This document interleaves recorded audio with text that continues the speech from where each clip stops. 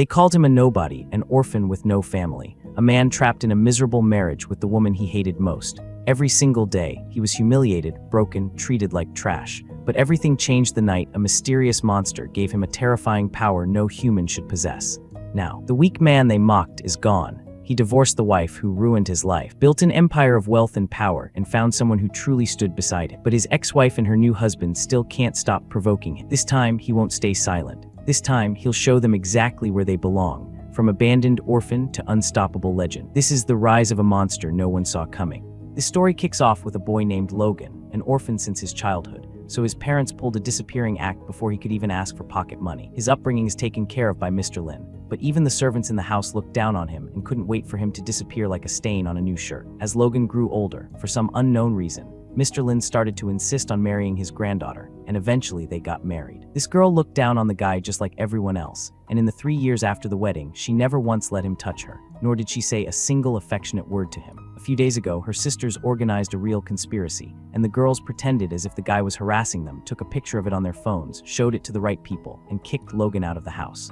You can say their plan worked perfectly, but how to live now, poor young man. The girls even found people who beat Logan in the street, and they did it not only with their fists but also with wooden clubs, which if you hit too hard can break a bone. But that's what triggered the boy's awakening as a warrior, because a huge golden dragon appeared before his eyes, and he was in the middle of the ocean flying over the water. Logan had no idea what was going on or who was standing in front of him, and the dragon said that his apprentice could not live such a miserable life, and he was ashamed that such an apprentice had been born.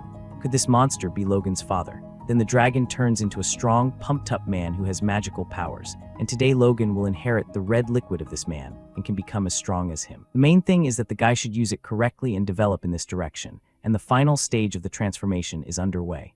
Logan wakes up in the ward, and the first thing he saw was a beautiful lady who saved the guy and brought him to the hospital. On his body was a large number of abrasions, which after waking up began to heal themselves. And since the guy is already clearly better, the girl's mission was accomplished, so she decided to leave the ward. Logan politely asked her name and said he wanted to return the favor for saving her, and this lovely lady's name is Emily. First of all, she was very surprised to see that there wasn't a single injury on the guy's face, and secondly, she did it for her grandfather. The fact is he has a terminal illness and is confined to a wheelchair, and the doctor has given him an ultimatum, so the girl hopes that she can trade her good deeds for a couple extra days of life for him. Since Logan knows a little about medicine, he offers his help and says he can see the patient. Meanwhile, with the grandfather was his personal physician who did nothing but reassure him and also sold his courses of pills. And in general, he was just profiting from a man who was about to pass away. As soon as the guy walked into the room, he immediately said that the patient was definitely not well, and if he wasn't treated properly, he would be in danger. Of course, the doctor who came here just to make money didn't like it and started to challenge everything,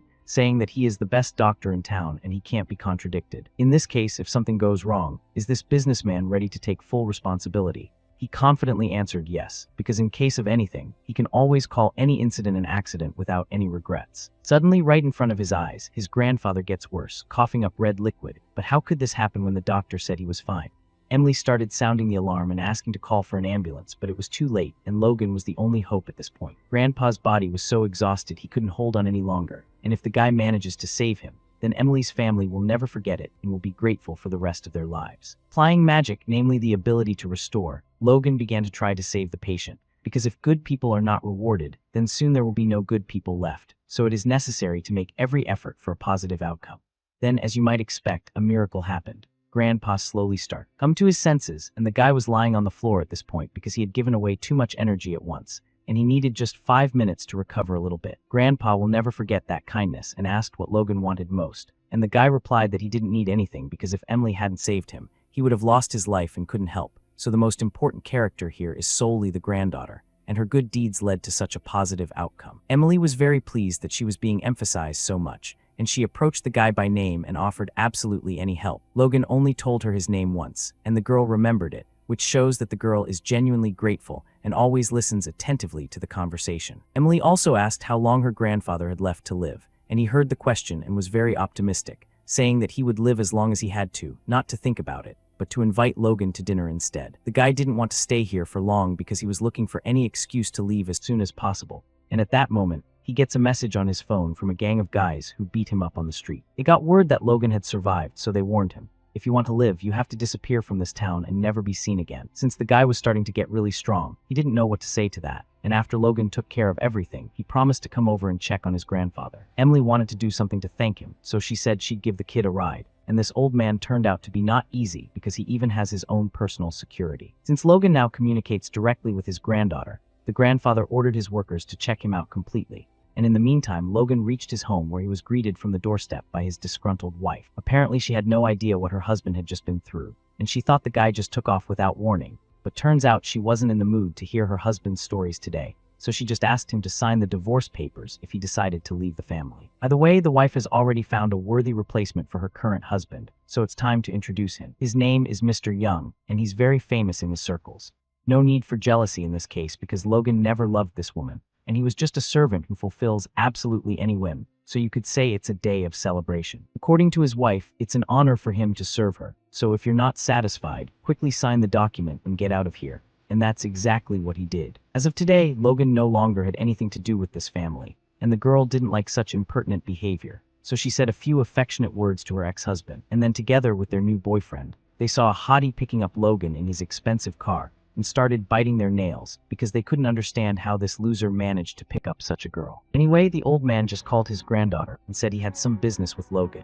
And in the meantime, the personal bodyguard reported to the old man the operative information he had managed to get. In brief, they managed to find out that the boy was an orphan and he was raised by Mr. Lin and then married to one of his granddaughters. And based on this information, the man realized that Logan could not have any medical education. All these years he had just served the Lin family, and maybe the old man overestimated, but then how did he manage to cure the patient, and was it just luck? Logan asked Emily to take him to a hotel to settle in and do his business, and then he raced to the girl's house to continue his treatment of her grandfather before he left. Emily told him that if he needed anything, he could always count on her, and when the guy was alone, he realized what a mistake he had made. And how could he just cure a man like that? And how could he justify himself? Because you can't just tell everyone that he's the son of the dragon and can heal people. His medical data is really good, and its effectiveness depends on the amount of spiritual power the mage has in his head. And Logan managed to find the book of 10,000 ways, which contains the recipes for making the immortality pill, and it should definitely help. He asked one of the maids to bring him some herbs and a pot to make this miracle potion. And meanwhile, the old man consulted with the doctor and tried to find the best treatment option for himself. One of the options was a red fluid transfusion, but because of the patient's advanced age, the doctor made no guarantees that the old man would survive the procedure. And the granddaughter begged him to let Logan come here and let her examine him again. The only thing the old man will regret is not finding a good home for his granddaughter. And then Logan bursts in with a pill he just made. It had a horrible odor that almost made people faint, but it's a traditional pill made of local herbs, and the guy was making it for the first time, but he's sure it'll cure the patient. The doctor looked down at the boy and asked, "Do you really think you are God to create magic pills? It may not look the best, but its effect will not disappoint, and there are no other options in principle, so it would be quite foolish to refuse it." Emily insisted that her grandfather tried it because there was really no other option, and he didn't see how he could swallow something that smelled so bad. The doctor took the pill in his hands and analyzed it, and he confirmed that the pill was made of traditional herbs, so there would be no harm done. And if it can cure the gentleman named Sun, the doctor will apologize to Logan and call him master. Well, since it wouldn't do any harm, Grandpa decided to try it even though he was very afraid, and the doctor wasn't sure if it would help, but the boy didn't give up hope. After taking the pill, Mr. Sun began to feel as if he was enveloped by a light spring breeze, with strength running through his veins, and he began to feel incredible as life began to play with completely different colors. Put it mildly, the doctor was shocked. Emily couldn't believe it, and the old man was happier than ever because he was not only cured but also rejuvenated, and now he could definitely have a transfusion of red liquid to complete the healing process. The doctor tried to ask the guy what the pill was, but no one ever tells him secrets like that. And Mr. Sun called Logan his savior for giving his grandfather life and gave him this whole villa, so from now on it belongs to Logan. Kid tried to say no, but he's not going to get away with it this time. And that's how you get what you've been working for years, because today was more like a dream. The only annoying thing is that the ex-wife who seems to be stalking around seems to be divorced, but they haven't stopped seeing each other, and she called her ex-husband an empty nester for coming on the property. Then standing next to Emily, the guy said he lives here now. And of course the sweet couple didn't believe it at first and started laughing out loud all the way down the street, until a very serious security guard came out of the grounds, because he doesn't like to see any conflicts right under this yard, resolved without his involvement. Emily ordered him to never interact with these people again and to teach them a lesson, and the girl was the first to get hit in the face, and it was a pretty hard blow that even threw her a few meters away. Since the new fiancé knew the guard personally, he decided to ask him what was wrong, and the guard said it was an order from the boss, and it is not negotiable,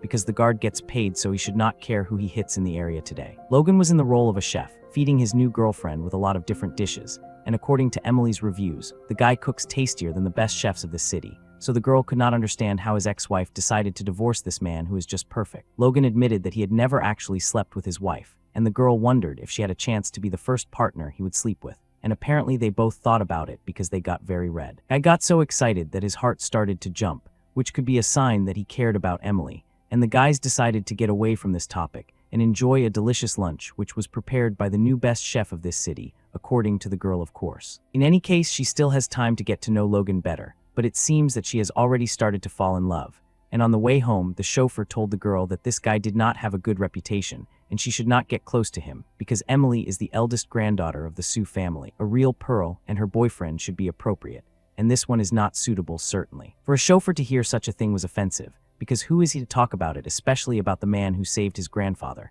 and despite the bad reputation and so on, the girl was sure that by the end of the month this guy would definitely become famous and rich. 3 days later, the guy was sitting in the middle of the forest trying to perform some magic, but the energy of the mountain he was on wasn't enough to make it work the way it should. Luckily, there's a lot of spirits gathering in the area, so hopefully it won't take long for Logan to perfect it, but still it will not be enough, and he needs to become even stronger as soon as possible because the boy already dreams of finding a legal way to marry Emily. Only now he catches himself thinking that apparently he really fell in love with this girl, but in his head he was thinking that he did not deserve her, and it is very disturbing. Now Logan's biggest challenge is to get to the top and become the man who's worthy of her, and to make sure no one even thinks about questioning that. And meanwhile, his ex-wife's new husband along with his gangster friends have approached the guy's new territory. They were armed with bats, and probably each of them has some cold weapons in their pockets, and today they wanted to beat up Logan alone, and they also wanted to talk to Emily, but she is not here. Before the guys start their dirty business, the boy decided to warn them that the original owner of this villa is Mr. Sun, and it is unlikely that the bandits will get away with breaking into the territory of such an important man, and it will be even worse if they beat up a close family friend. Guys really wondered why they had to go to all this trouble, so they decided to ask their boss what they should do, and he ordered Logan to be destroyed and said he'd take full responsibility, and the men heard that and immediately ran into battle. Too bad they didn't listen to the guy, because you could say he was saving their lives, since his strength had increased significantly, and with a single slap, the guy got rid of one bandit, and the blow was so powerful that the opponent flew a few dozen meters away. The other bandits started to say they probably wouldn't be able to beat him, so the groom hit them and said they had to fight if they wanted to secure old age, and then Ian got a call on his phone. It was his girlfriend, who said that her grandfather was about to lose his life and needed to go to the hospital immediately, and Logan asked what happened to Mr. Lin, but the groom said that the guy had nothing to do with that family anymore, and no one would tell him anything. Despite all the bullying by Mr. Lin, the savior and the man who raised the guy, Logan decided to try to contact the doctor who took care of the old man and asked him for help, and in order not to waste time, the guy told the thugs to take him to the hospital by car, which they reluctantly agreed to. Meanwhile, the ex-wife was in tears begging the doctor to save her grandfather somehow, and she said she would pay any money, but the problem was not only in them, because this hospital is simply not able to perform an operation of this level. Then Ian came to the doctor and asked him to make the old man last at least another week, which would be enough time to solve everything with the documents and properly rewrite the property. And suddenly Logan walks into the hospital, along with a doctor who has recently become his friend. They asked to use the operating room to treat Mr. Lin's emergency, and the second doctor was very happy to have such a professional, and said he would organize everything. So the sweet couple was told to get out of here because they'd only be in the way. Logan went into surgery with the doctors to help the man who raised him, and the anger of the young was overwhelming, because apparently even the ex-wife was beginning to question whether she made the right choice when she divorced her husband. Meanwhile, Emily and her grandfather were relaxing on the balcony looking at the beautiful views, and Mr. Sun assumed his granddaughter was thinking about Logan, but she tried to deny it. Grandpa said that he had lived a long life and it was not easy to deceive him, so Emily decided to ask him directly how Grandpa would feel about their relationship, and he said that if his granddaughter wants it, he will organize everything for her. He asked her to invite Logan to visit in 3 days and talk about everything, and Grandpa would do anything for his granddaughter as long as Logan could handle the responsibility, and if everything goes well, the girl will publicize the relationship. The man who is not needed by the Lin family will be needed by the Sue family, and in the meantime, good news came from the hospital. The operation was successful, and Mr. Lin will be able to return home tomorrow. Mr. Lin was very grateful for the help, and although the kid grew up in this family, they treated him worse than a dog despite the fact that he did a lot of useful things. Since there was a divorce, no one would allow the guy to give the gentleman a pill, and because of this he had to call a specialized doctor and ask him to make a quality operation. And the doctor asked not to call him officially anymore because he considers Logan his master, and that's not up for discussion, so they're clearly friends now. Then Ian came up to the guys along with his assistants who had brought the guy here, and by the way, it was obvious from their faces that they didn't want to fight. As they say, you remember that's what it is. There was a security guard in the building who saved the day last time, and when Ian saw him, he didn't want to fight either, and the bandit thought he'd be the first to say hello, but he didn't because the man went to Logan first and apparently forgot about Ian once it was over. The guard said he would give Logan a ride home in his car, and Ian was in shock because he couldn't understand what was going on, and he even dropped his cigarette. The thing is, at Emily's behest, the guard had organized a small banquet in the guy's honor and urged him to come, and Logan wanted to refuse since he wasn't really interested, but the guard went to extreme measures. He knelt down and said if Logan doesn't attend the banquet, Emily will fire the guard and never take him to the gate again, so you have to come at least to save the man his job. And well, since the banquet was organized at Emily's request, the guy agreed. He found out the time and address and said he would definitely stop by, and the security guard and all his coworkers were happy to have a job to do, and then promptly handed the guy an invitation. Ian got very demoralized and sent his workers far away, and then he picked up his phone and started calling someone because from the look on his face he was up to no good. The banquet was held at the Palace Hotel, which is the most luxurious 6-star hotel, and the people who live there are the real elite of society, so all the guests were very well dressed. Since Logan doesn't attend such events, he didn't even have anything to wear but a t-shirt and old jeans, and to be honest, he felt very awkward. The first people he met were former classmates, and they had no idea it was a party in Logan's honor, so they treated him like a regular classmate, and the guy refused to dialogue with them, arguing that he had an appointment with someone else. This made the guys laugh, mostly the woman who assumed Logan had come here to apologize to his ex-wife, because apparently she finds it funny to make jokes about people's hurt feelings.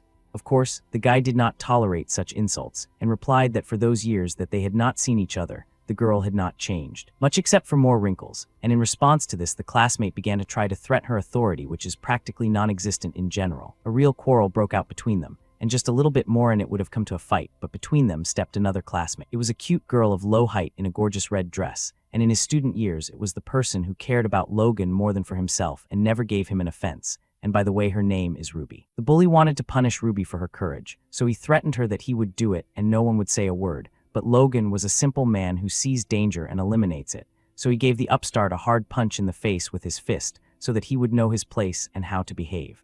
The girls were shocked. It looked really cool and unexpected, at least from Logan. At that moment the guy looked completely calm. He just did what he had to do, no doubt.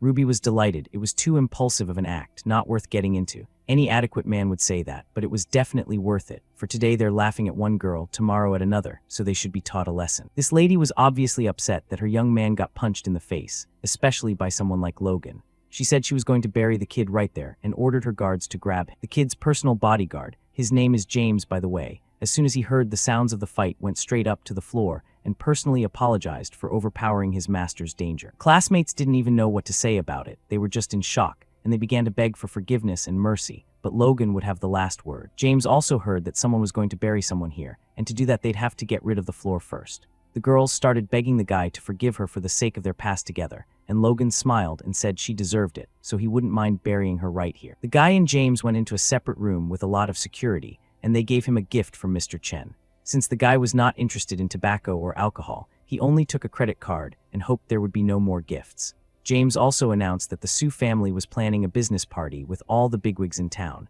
which meant that Logan wasn't the only one invited. Unfortunately, the guard had to invite the same Lin family, and now he was worried that he had offended Emily by doing so.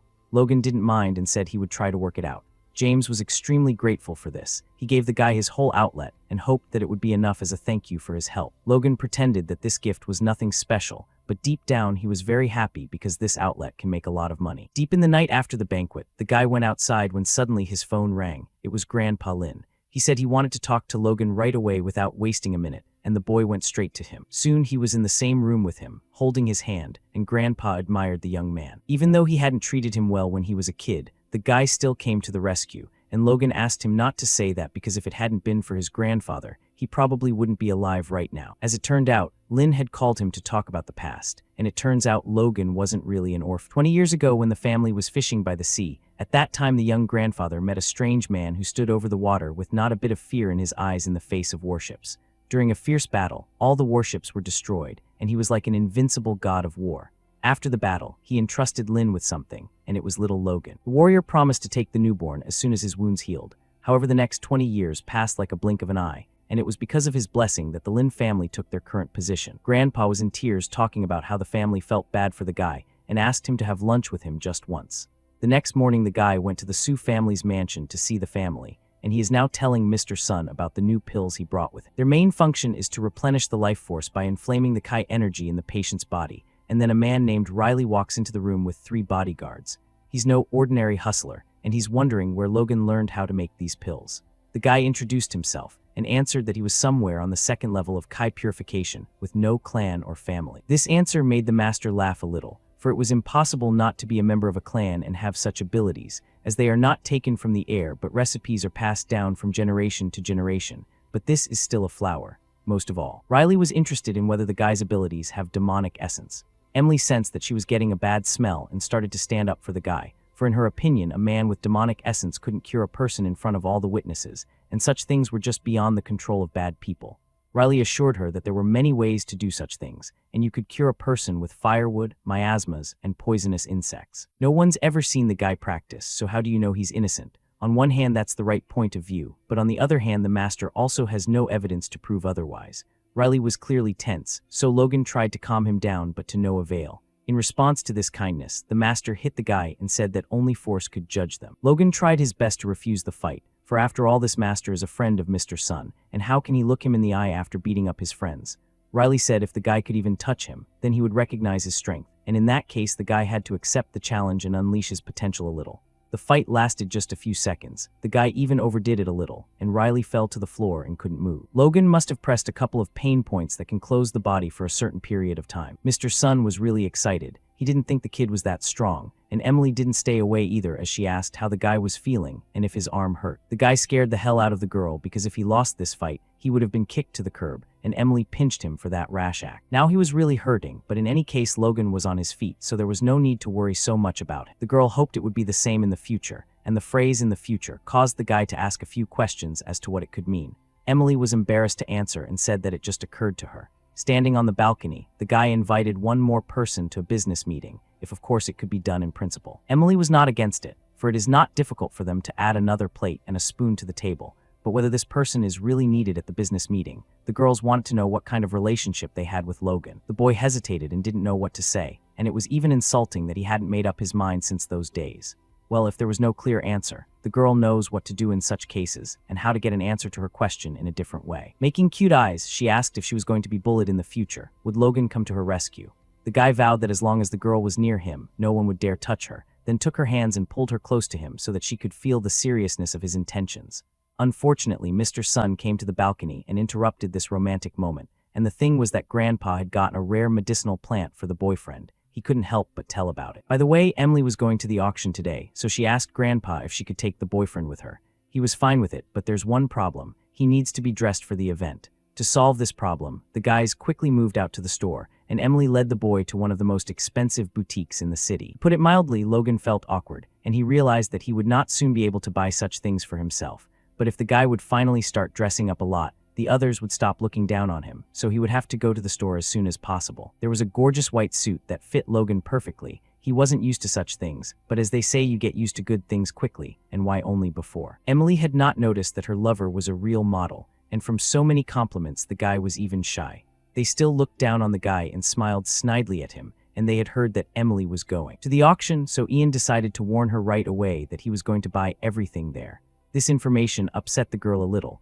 but where did he have so much money to say so confidently? Finally, it was time for the auction itself, and the event was held in one of the largest shopping centers of this city. The participants took their seats and were already actively raising the bids for the offered goods, and as expected, Ian named the most huge sums in the room while his wife just praised him for it. The highest price he named was 1.5 million, but when everyone fell silent because they had the opportunity to compete, Emily quoted 3 times that amount. 5 million. The whole room was speechless, and after counting to 3, the announcer banged the gavel on the table and congratulated girl number 8 on her ownership of the eternal love ring. Now the auction took a 15-minute break. Everyone stood around and applauded the young couple. Only the haters stood back and bit their nails. Eventually, the ex-wife couldn't take it anymore and started pointing her finger in Logan's direction. She wanted to transfer that ring for her wedding, and Emily ruthlessly denied her that opportunity. The guy smiled and said, "You can't buy a new ring. for if the person is used, the ring must be the same. For some reason, Ian decided to be a suck-up. He reassured his wife and said that if he had known in advance, he would have given it right away, as apparently a lot of women like this ring. Meanwhile, for the girl, they brought her a new ring for $5 million, by the way, and who said that Emily really likes this ring. In fact, the girl thinks that such a couple as Ian and this weak-minded woman do not deserve such a ring, and it was bought only out of principle not to give it to other hands. In general, rings with this design the girl does not sympathize with, so right in front of her current boyfriend's ex-wife, she throws the ring in a small body of water, and if someone needs it badly, that person can go and get it. To put it mildly, it was a shock, so she's the kind of person who can throw away a $5 million ring so easily. In the backdrop of this event, Ian promised his wife to buy the last lot of the auction for her. Logan really felt sorry for the ring that Emily had thrown away, and she in turn was pleased, for there were plenty of rings like it, and moreover it was necessary to do it. A person trying to humiliate another person would be humiliated first. In short, it was just sweet revenge. Meanwhile, the last item of this auction was shown on stage, and on the mannequin hung a simply beautiful necklace with a huge diamond. Every woman dreams of such a necklace, but not everyone can buy it. Logan considered it a matter of honor to buy it for his beloved, so he snatched the number in his hands and began to raise the rates. Meanwhile, the cost reached already $3.5 million, and in order not to say too many words, the guy decides to raise the price immediately to $5 million. In the hall at once, everyone quieted down, and people did not understand what kind of man is ready to lay out such a sum. This time Ian wasn't going to give in, and he didn't understand why Logan was the one holding the number and not his girlfriend. The next price that was offered was $5.5 million, and Ian's face clearly lost its joy as apparently he realized he couldn't win. The guy has a gift of $10 million on it plus $35 million in profits from the shopping street, so even if he spends more than half the money to buy this jewelry, there's still money left over. It's a win-win. Next price is $6 million, and I couldn't believe Logan was still pulling it off. So let's see what kind of figure it comes to. To any increase in price, Logan responded instantly with the same, and each increase was always in the neighborhood of $500,000. Toward the end, when the amount became too large, Ian began to raise each bet by $10,000, such shameful figures that should be ashamed to bring into such an establishment. But in desperation, he forgot about it. To keep it all going, Logan had to make one of the toughest decisions of his life. From a bid of $8 million, he raised it to $20 million. The guy gets ownership of a piece of jewelry called a crystal kiss. After the auction, the youngsters ran out of the room because people started literally chasing them. They got into the car and finally had a moment to be alone. Logan had really managed to surprise a lot of people with just one wave of his hand, and he had a big future. But the guy never got cocky, and he said it was all thanks to Emily. And now the solemn moment, the process of putting the jewelry on the beloved woman, and she of course happily agreed. You could say it fit her perfectly, and from the outside it may seem that Logan is more happy than the girl, but it is not so. For in fact, she is overwhelmed with great happiness which she's just shy to show at such a crucial moment. Logan decided to ask Emily if she would marry him if he could get back on his feet in the future, and the girl took his hand and said when true love is born between people, they don't care about each other's status. Besides, Emily is sure that in the near future the guy is going to grow incredibly in all plans. While Logan was trying to propose to his new girlfriend, his ex-wife was swimming in a body of water and trying to find the ring Emily threw away, and how quickly things changed. Another accident happened at a construction site, and it would seem that this place is surrounded by mountains and rivers that promise riches, so isn't that a good sign? Everything could be written off as an accident, but a worker falling from scaffolding sounds impossible, for hundreds of screws could have come loose at the same time. Now there are hardly any people on the site, some are sick, some have family problems, and there are fewer and fewer of them, for what's the job worth when you might fall to your death?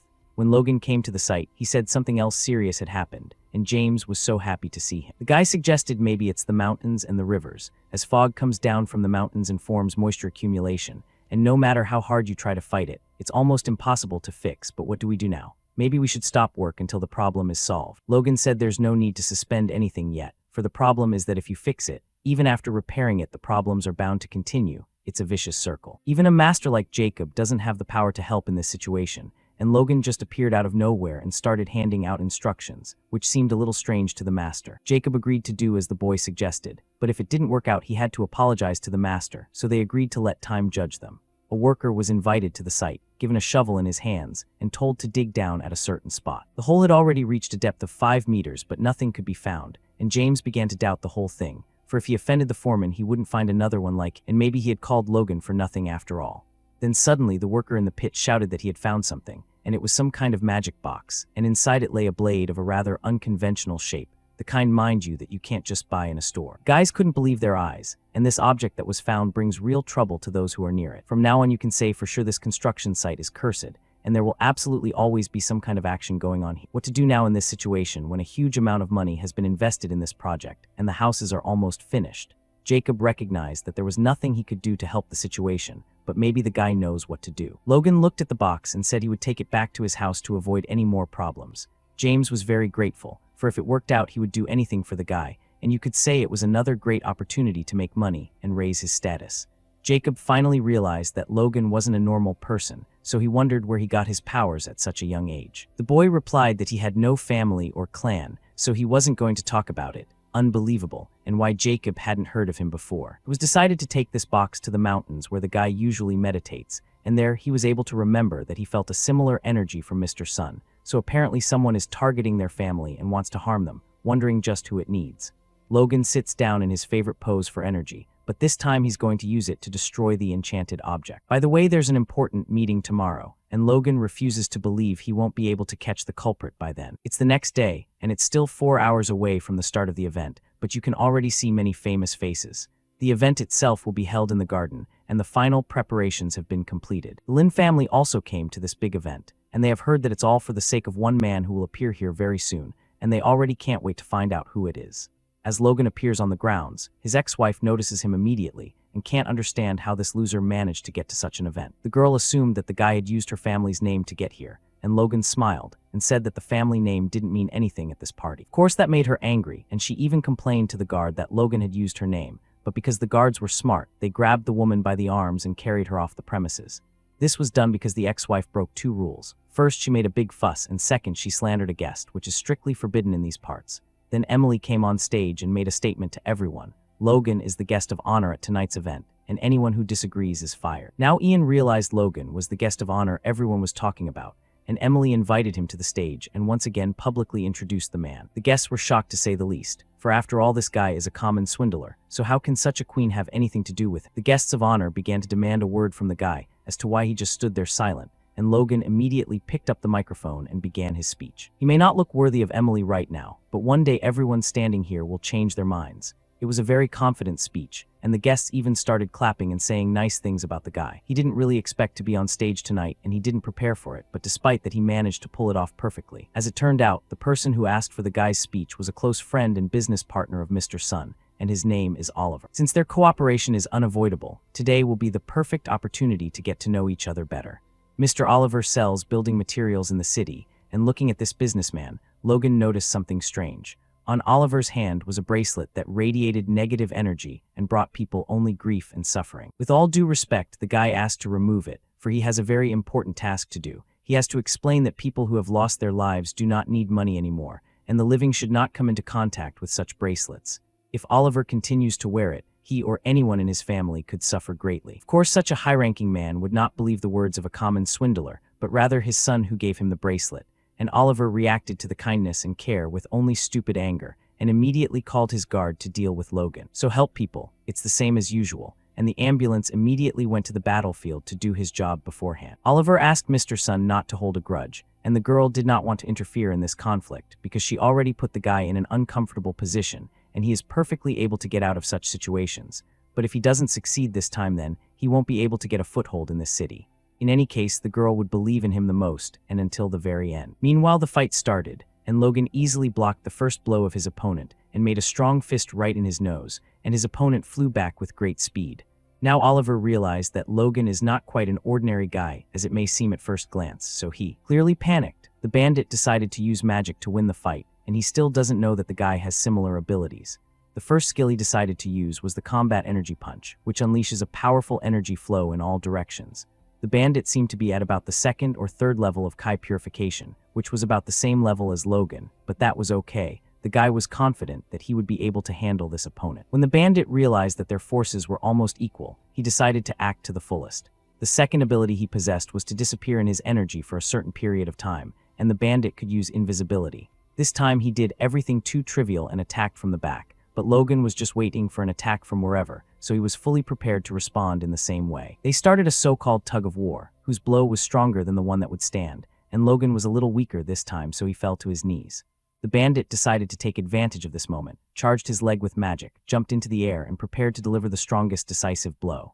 The blow was very powerful indeed, and after it, a huge crater appeared on the battlefield, for if the bandit managed to hit the guy with his foot, there was little chance to survive. Emily held onto the pendant the guy had given her and only hoped for the best outcome. Judging by the bandit's smile, for some reason he was sure that Logan was no longer alive, but before he smiled, he had to be sure. Suddenly, a hand appears out of the thick smoke and moves towards the mercenary, apparently not as good as one might think, and the guy appeared to be alive and overwhelmed by a great deal of anger. It was time to strike back, and Logan grabbed both his hands, twisted them together, and kicked the thug straight upward with a hard kick, and then he was in for a not-so-gentle landing of body against hard asphalt. It was an unqualified victory, and the mercenary couldn't even move, but he said he recognized his defeat. This guy probably had more fractures than the others, and he would have to spend eternity in more. Mr. Sun was very happy about this victory. He didn't expect the guy to be so good at all, and Emily in turn was happy that her young man wasn't hurt despite the guy's extensive experience. Oliver still wasn't convinced the bracelet could hurt his family, but Logan didn't push it and just gave a fair warning, since the guy's words weren't about his family anyway. So Oliver proposed a bet. If nothing bad happens in 3 days, Logan gets on his knees and apologizes in front of the whole town, but if something does happen, Oliver does the kneeling instead. Logan agreed to the deal. Meanwhile, some shady characters were watching him from the bushes, and they clearly didn't have good intentions.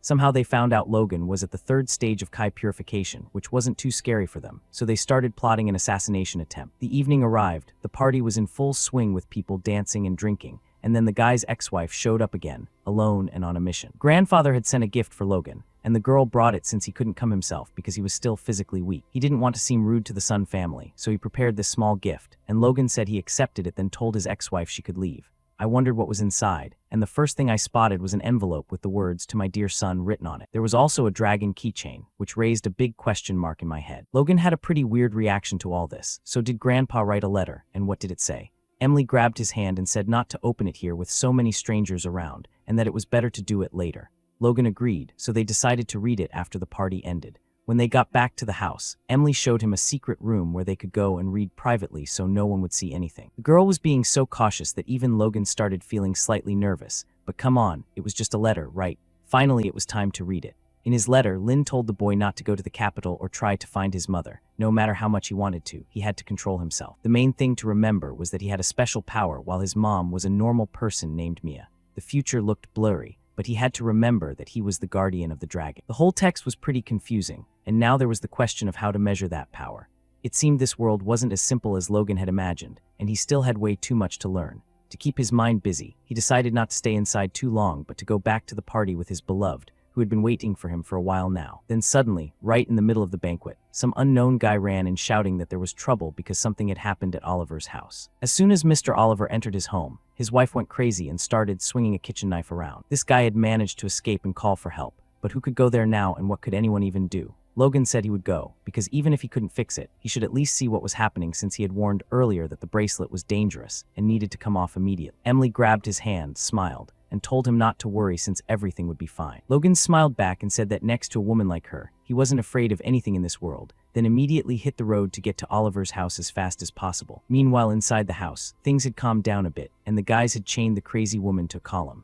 This method would work for a while but not forever, but hey, Oliver had already called in a specialist. Well, time to face the facts. Apparently Logan was right about the bracelet. As it turned out, Oliver wasn't exactly thrilled that Logan was the one who came to the rescue, because the bracelet was still pumping out that negative energy that drove people insane, and if it wasn't removed now, it would be too late. Then his precious son walked into the hall and started defending his gift, saying he had brought it from the temple, and asking how could such things just be thrown away. This temple was hundreds of kilometers away, so would someone that far really cause harm on purpose? Logan looked at the son and demanded the truth about where he got the bracelet. Since there was no clear answer, Logan decided to leave, but he warned that when these people came asking for help later, he would remind them of everything. Oliver was sure everything would be fine after the boy left, but he was dead wrong, along with his son. Just then Jacob walked in, having been called to examine the victim as quickly as possible and try to treat her. Oliver was definitely shocked when the master greeted Logan by name, since they had no idea those two knew each other. Jacob figured Logan couldn't handle the situation, so he immediately asked how bad it was,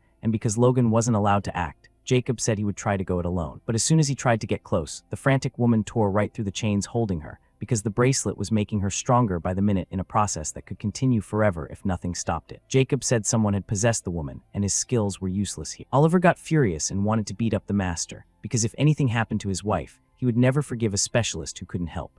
Jacob made it clear that Logan was far stronger than him, so Oliver would have to ask Logan for help, and everything would work out since there were no other options left. Oliver went to ask Logan for help, and the guy immediately reminded him about the promise to kneel if something bad happened. Oliver thought that punishment was too harsh, so he offered to settle things with money, say 50 million. That was a seriously impressive amount, but what happens when the cash runs out, you have to keep things in perspective. Looking around, Logan spotted many beautiful shelves packed with stuff worth way more than 50 million. It wasn't that helping was hard for him, it was just that he would have to burn a lot of power that would take time to recover. So Oliver offered up the entire contents of those shelves if Logan could solve the problem. That was an offer too good to refuse, so Logan agreed without overthinking it. Now it was time for Oliver to do the most important part, which was removing the bracelet. Logan started surrounding it with his energy, canceling out the negative power that had soaked the woman from head to toe, and then the bracelet was destroyed. At that moment, the curse completely vanished from the girl, though she was extremely weak and probably needed a real doctor to get back to normal. Now here's the interesting part. Where did the son who gave his father this miracle bracelet go? He was already on his knees calling himself a pathetic wretch and begging for forgiveness in front of everyone, but apparently his intense fear made him try to run away from his own home. This time the personal bodyguard did his job perfectly and caught the little escape artist. It wouldn't be convenient to do interrogations there, so Logan had the boy taken to his own house, and they did just that. In the dead of night, the kid was brought to Logan's villa, where he got roughed up a little to make him more willing to share some valuable info. From that moment on, the bodyguard who went by Jack said he would follow Logan everywhere and didn't even need a paycheck, just some food to survive. Man, how fast things can change. Anyway, this son of a rich guy had met a man at the temple a month ago who claimed the bracelet would protect the whole family for an entire year, and the guy accepted it without once thinking that free cheese only comes in a mousetrap. This all happened at the best temple in the country too, so who would have guessed they had such shady people there? Normally, the boy doesn't accept gifts like that from just anyone, since his family does business with the guy who gave the bracelet, but he barely knew him. He said the bracelet had belonged to his older brother who also wore it, and he gave it away purely for a good cause. After a lot of questioning, he finally revealed where to find an expert. Xing Fu, one of the biggest clans in the city. Even though they work with dark energy, tons of people go to them for help, so knowing their methods, the guys still went to ask for assistance. Yes, it's true, maybe stupid, but it's not every day someone offers you that kind of help, and who cares what kind of energy they use if the result is the same. The kid never imagined it could turn out like this. Logan was convinced for the millionth time that he would never understand rich people, because they clearly live on a whole different planet. Logan asked Jack to take the poor guy home. At first glance, this clan seemed to specialize in luring rich people into their traps, but if you think about it, isn't the Sun family their real target? Good thing Logan took the initiative that night, because if someone else had gone, nobody would have found out any of this information. Given the discovery at the construction site, Logan would never believe they weren't connected, and he was certain the Sun family was in their crosshair. As for suspects, you have to start with the Xening clan, a really powerful group that specializes in curses. Their elder sits at the top of his spiritual game, and their methods always deliver. This clan also has deep ties to the local bureaucracy and stands behind a lot of the recent incidents. So you could say the clan is just someone else's tool, and we need to take them down to find out who's really pulling the strings and whose name they're hiding. There's just one tiny problem. Logan isn't strong enough yet to pull off something this big. But that's okay, because with all those herbs, he would make serious progress by nightfall. The herbs looked decent, but their quality was questionable and not very useful. By morning, though, the guy had already hit the 6th level of Kai purification. Jack woke up early and had time to clean the house, and he was also told to pass along a message that Logan had been invited to lunch at Mr. Sun's house at noon. Since the bodyguard had been behaving really well, Logan personally checked in on his health, asking if he was eating and where he had slept. The food was fine, but the guard had slept outside, which just wasn't right. There were plenty of empty rooms in the house, so he could easily pick one and sleep there without getting sick. Plus, Logan promised to teach him some exercises that would make his muscles ache way less. The guard was incredibly grateful for the accommodations, and since it was nearly lunchtime, Logan got in his car and drove to Mr. Sun's place. They usually just called him by name, but today felt too formal, so something had to be up. Logan was greeted by Emily and some random guy standing next to her, and the first thing out of that guy's mouth was, "I'll never believe a ragamuffin like you saved Mr. Sun." Rude much for a first meeting. The most important thing in treating a patient is quality ingredients, which this guy apparently had plenty of, and today he brought the old man a Tiantian snow lotus, a plant that can literally give a man his life back. I wondered what all the fuss was about, but Logan, not wanting to lose face, called the lotus a piece of rotten trash and pulled out his spiritual perfection pill from his pocket, which he had worked on all night to significantly boost spiritual power. The show-off thought about it for a second, then called the pill a regular candy sold at the local school. They got into a huge fight, slinging nasty words at each other, and from the outside it looked like two little kids brawling in a sandbox. Then this upstart grabbed Emily's hand and called himself the future son-in-law of the Sun family. In his opinion, Logan saving Mr. Sun didn't make him the top candidate. He also bragged about being super rich because both partners should come from good families so they never have money problems. Here we go again. Rich people only talk about money like they've forgotten what being human even means. Can they seriously not think about anything else? What's the point of a fancy bank account if the couple doesn't even love each other? Besides, the future belongs to talent and strength, not cash. The guy got so angry at Logan's words that he wanted to throw punches, but Logan didn't even flinch, and this rich brat broke his own arm on Logan's body, ending the fight right there. Even the bodyguards looked shocked. So the first part of this whole mess ended with a conflict between Logan and some rich kid named William, all because this stranger pretended to be Emily's boyfriend and announced it to the whole house. Of course, Logan wasn't happy about that and tried to verbally slap some sense into the daddy's boy, but the guy's IQ was below room temperature and his brain couldn't handle any meaningful conversation. With nothing left to say, the kid attacked Logan to settle things with his fists, but on his first punch he broke his hand on Logan's body, and even though the fight lasted 1 second, it promised future trouble for Logan. Mr. Sun was really worried because this kid could bring a ton of problems, since his father was the biggest industrialist around, and even local businesses fought for his support. Logan had stirred up a hornet's nest, but he kept his confidence and finally decided to share what had been happening lately. He had dug up a cursed knife at a construction site a few days ago, just like Oliver's bracelet, and at first they thought it was a coincidence, but then it became clear that only the Sun family was being targeted. When Logan first met Mr. Sun, he felt the same energy coming from him that was on those cursed objects, but so far he couldn't figure out who was behind all of it. The guy's reaction to this story was pretty strange. He just laughed it off, saying no one in a small town would dare attack such a powerful family, and Emily claimed she knew who was really responsible. According to her, even Logan couldn't break the curse, and the fallout from this conflict would be enormous, so was there really no solution? The guys said there was one way, but the time wasn't right yet. For some reason, the Sun family always spoke in riddles, forcing Logan to constantly ask what all those fancy terms meant. Then Emily picked up a cup that showed the reflection of some building Logan had heard of, but didn't know much about. The Sun family used to live there as the most respected family in the capital, but unfortunately, Emily and her grandfather got kicked out, and 2 years later they had to start over in a small town called Banning from the very bottom. They gradually climbed back to their current position, but for every strong person, there's always someone stronger, and eventually they met their first enemy in this county. Still, after all the hardships they endured, their current life felt like a true blessing. Logan couldn't even imagine what horrible thing had been done to them, but he promised to help Mr. Sun reclaim everything they had lost, with a gaze so determined you could tell he wanted to destroy their abusers completely. Emily felt the same way, that one day she would make those people feel the exact pain and humiliation she had suffered, but it was still too early. Logan needed to get back on his feet first and handle the other family's business. The guy raised his hand and declared that in 3 years, the Sun family would regain their former glory, and the capital would kneel at their feet.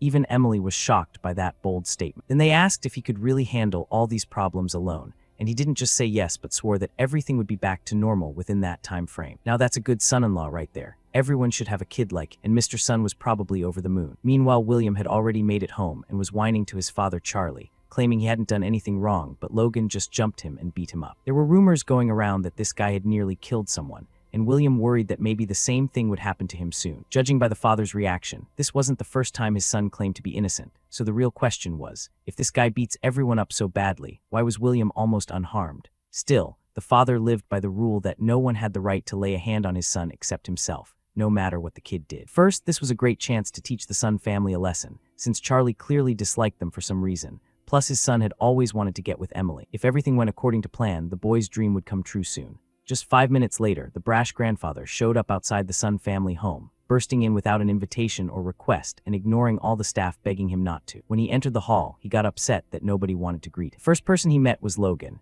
and somehow he figured out this was the young man who had beaten his son William, so he caused a scene right in front of Mr. Sun.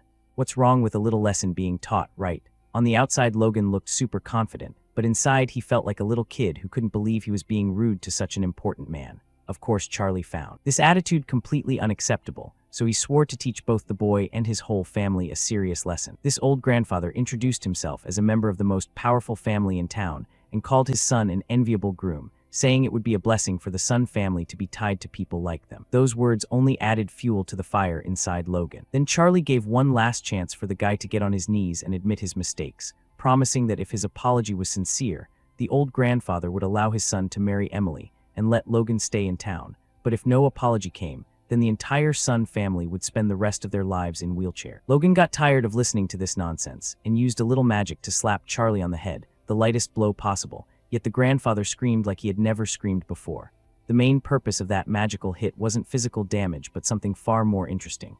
If you always look down on everyone, sooner or later, you'll meet someone who hits back and makes you pay for that piggy attitude. Nobody in this town had ever dared to hit Charlie like that before, and usually it never even got that far because people lost their lives first. So now anything could be expected from him. Logan was overjoyed that this unwanted guest was finally leaving. Mr. Sun got worried about what to do with this troublemaker, who had so many connections and could basically get away with anything. The guy admitted he had used a special spell on the body that was totally harmless, but on the mind, not so much.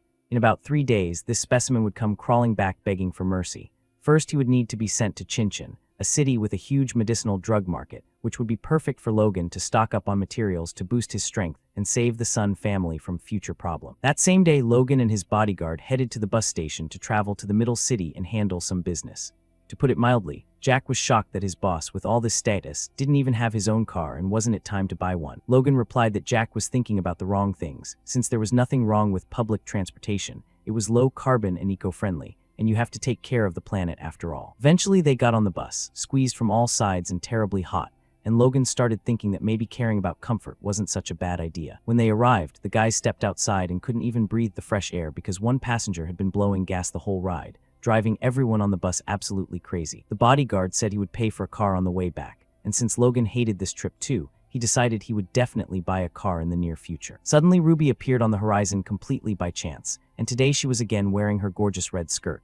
What an unexpected meeting. Her last company wasn't very good, so she got fired, and the previous boss was a real idiot who had just been transferred there and made team leader, then made her life miserable every single day without letting her do her actual job, and she got canned for it. Logan even wanted to help her get rid of that jerk, but Ruby said she didn't need anything because she had already moved on, and her sister Sophie was starting a new company here and needed an assistant. So here was her new job, though she still had to interview for it. The boys of course asked her again out of politeness, but Ruby flat out refused any help and instead offered to give them a ride anywhere they needed by car. Then suddenly Sophie herself appeared on the horizon, a gorgeous brunette with curves that turned heads. At first glance, she clearly didn't approve of who Ruby was hanging out with, because Logan's appearance left a lot to be desired, but the girl didn't get flustered and painted the guy in the best light since he had once helped her out big time. Then Noah stepped out of the car. Sophie's boyfriend Noah stepped out of the car first, and he mentioned that he had heard about a guy named Logan, who is now a household name in town and the future son-in-law of the Sun family. Sophie had heard of him too, but why would a guy connected to the Sun family take the bus and shop at a market? It just didn't add up. Since there was no more time to figure out who was who, the sisters simply said there were bags in the car to protect the interior, put them on the floor, and then they could sit down. Plus, it was forbidden to make any attempt to use Noah for their own purposes. On the way, the guys stopped at a restaurant for a snack, and Sophie started ordering way too much food as usual, so Logan asked her to stop because they probably couldn't even finish what was already on the table. The girl said not to upset her since she just wanted to treat her guests to something worthwhile, and she told them to take it easy and eat faster. She really was quite a character. Good thing Ruby wasn't like that at all. Since it was a good opportunity, Sophie brought her younger sister along to a contract signing today to get familiar with the work and also meet the director, Mr. Dillon, because everyone talked about him as a truly terrible man for what he did to young girls, and he should have been in jail a long time ago. Yes, unfortunately it was true, but as practice showed, you couldn't avoid such people in this world because there were too many of them, and if you didn't learn to fight back now, something worse would happen one day. By the way, the D family was also involved in this business, and they didn't have the best reputation either, and it turned out Logan already knew that family. To be on the safe side, the guy suggested the girls go together for protection in case of trouble, not him but Jack, because nobody would dare act inappropriately around such a big guy. The catch was that outsiders weren't allowed in the office directly, but if something went wrong, the girls would send a distress signal. In just 30 minutes, the girls were already in the office, and Dylan reread all the documentation but still wasn't ready to cooperate with a small business yet. Sophie understood all the difficulties, but she would be honored to cooperate with this company on any terms from their side. But Dylan suspiciously quickly set the documents aside and turned his attention to Ruby, who clearly interested him more than the business. As it turned out, this director had his own special methods of interviewing young girls, inviting them onto his lap, and then asking various questions not always related to work. Sophie immediately realized things were getting heated and stood up for her sister, saying she had never heard of any contract being signed on anyone's lap. Dylan couldn't tolerate such insolence, grabbed the girl by the hand, and forcibly pulled her toward him, with his only argument being that running a business was complicated, though why he said that was unclear. Most importantly, the director seemed to be paying with this girl for this, and they needed to talk alone. Sophie tried to stay as calm as possible and called Logan without anyone noticing, and she succeeded because the guys immediately recognized the distress signal and rushed to the office, with Jack probably having been most eager for that call. At first they put on cheerful faces as if they came with good intentions so as not to frighten the victim too much, but the fact that two strange men had entered the room definitely raised alarms. The guy walked up to this lover of young women and shook his hand, but he squeezed so hard that the grown man shrieked like a little child. After that friendly handshake, Dylan agreed to sign the contract and organize everything in the near future, so since all the issues were resolved, the guys quickly packed up, left the office, and went on with their business. The director decided not to waste any time and texted the D family that a guy named Logan had just been at his place. Meanwhile, Charlie was at home literally losing his mind from the special spell Logan had cast, and the doctors had already examined the patient 3 times with all results showing he was fine. Then what hit William? Maybe it was Logan's doing, because Charlie itched terribly all over but couldn't even imagine that this guy had such powers. Yet there couldn't be any other explanation, because if the doctors said he was fine, it had to be magic. It was decided to go to the Sun family immediately before Charlie completely fell apart. The gentleman was very surprised when indeed such an important man of the town came crawling under his door, knelt down, and began begging for help and mercy. Mr. Sun just laughed and said he couldn't help because he hadn't cast that spell. Charlie started calling himself guilty and asking for Logan's number to contact him, and at this point no one had the power to help Charlie carry the burden of his mistakes. The only thing Mr. Sun knew was that Logan was now in Chinchin, so in tears the half-dead man ordered his workers to move immediately, and Charlie also picked up his cell phone and saw Logan's exact location, because Dylan kept sending him updates. In the meantime, they were trying to keep the guy in the office as long as possible so Charlie could meet him there.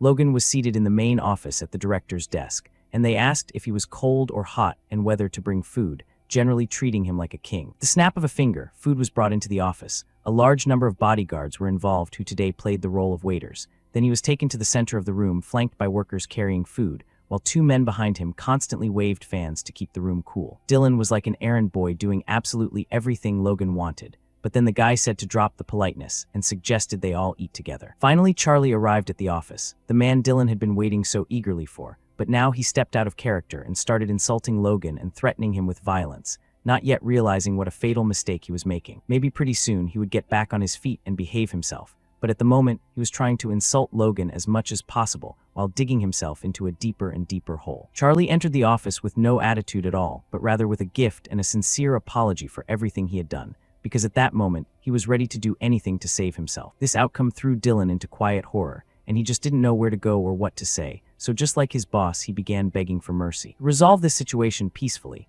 they needed to immediately restore the contract they had just torn up and resign it, so the guys kindly agreed, and in that case they shouldn't worry anymore because it was just a small lesson, and Logan sincerely hoped it wouldn't happen again. Charlie was finally back to normal with his body no longer aching or itching, and his joy was unbounded, so for this he gave Logan presents and promised to send even more generous gifts once he got home. Probably no one had seen Mr. Charlie so sincere and joyful in the last few decades, and that's what the right punishment could do to people.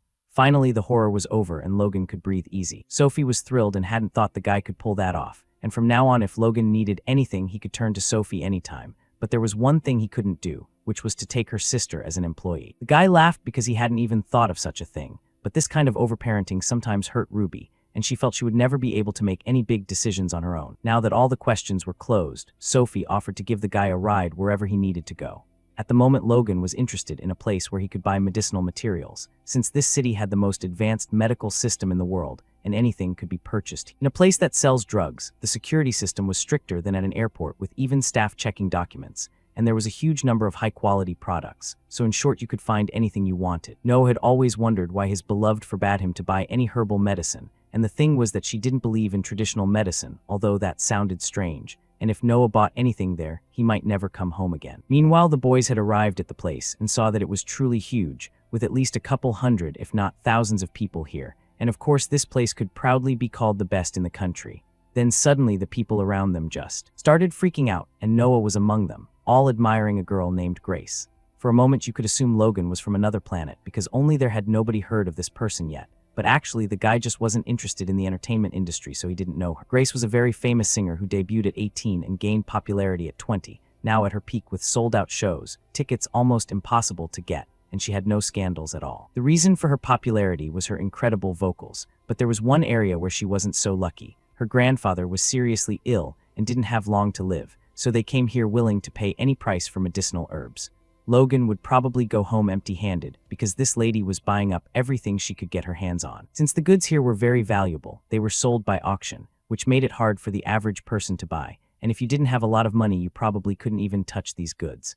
At this moment there was a high-quality snow ginseng harvested in the western region with strong medicinal properties, and the starting price was $2 million. The quality was really good, but so far it wasn't what Logan needed. The singer placed an even higher bid, meaning it was a long way from the finals, and then the host announced the next lot called the Poor Family Heirloom, a miraculous item with a starting price of $10 million. The people in the hall were, to put it mildly, shocked by such a high starting price and started thinking they were being taken for fools, because no matter how good it was, it wouldn't help a man who was about to lose his life. Logan, in turn, was very interested in this item and sat praying that no one would offer more. The first bid came in at $10 million, and at the same second Grace raised it to $20 million. The situation was getting very heated, and it seemed this girl just had endless money. Taking control of himself, Logan raised his number and increased the bid to $30 million, and the guy hadn't felt this kind of jitters in a long time. Girl thought for a moment, then raised her number and declared a mind-blowing amount of $50 million, probably the largest bid in the history of this establishment. Logan apparently got into full gambling mode because he raised the bid another $30 million, making the price of this herbal drug $80 million. Grace was already grinding her teeth, probably never imagining it could go this far, and raising her number she shrieked out $100 million. Was this really the end? Noah was speechless when he heard the figure and couldn't close his mouth, because he would never understand the rich and how they could give so much money for a plant. It was time to accept defeat because this girl was determined and wouldn't be stopped by the Sun family, and further bidding would only lead to giving in, which was unfortunately the case. Suddenly the grandfather of this rich lady became very unwell, apparently too nervous from such large sums which his condition couldn't handle, and it was now down to minutes. Even if they started preparing the medicine now, they couldn't make it in time, a vicious circle where the medicine existed but there was no time to prepare it. What to do in such a situation? Since hope was the last to go, the lady made sure to complete the transaction as quickly as possible and start preparing the medicine just in case everything worked out. Logan couldn't sit idly by and ran down to the stage, grabbed the girl's hand, and told her that if she didn't want her grandfather to get hurt, she had to stop right now. Of course she didn't believe him and pulled her hand back, for how could she trust a stranger in such a situation? Then some man came up to the group, apparently an acquaintance of Grace's, and after a brief conversation with Logan, he realized the guy could be trusted and started explaining this to the singer, since a man who knew nothing about traditional medicine wouldn't be here, and besides there was no other choice, so she had to trust this guy. Due to hopelessness, the girl finally agreed that if Logan managed to save her grandfather, she would do anything for him, and in that case he immediately asked to be given this ginseng. Everything should work out in the best possible way. The most important thing was to eliminate all the excitement and start reciting spells correctly, without any mistakes. Under normal circumstances, this was a long process, but now the situation was different and required maximum speed, and since the guy had saved people before, everything should work out.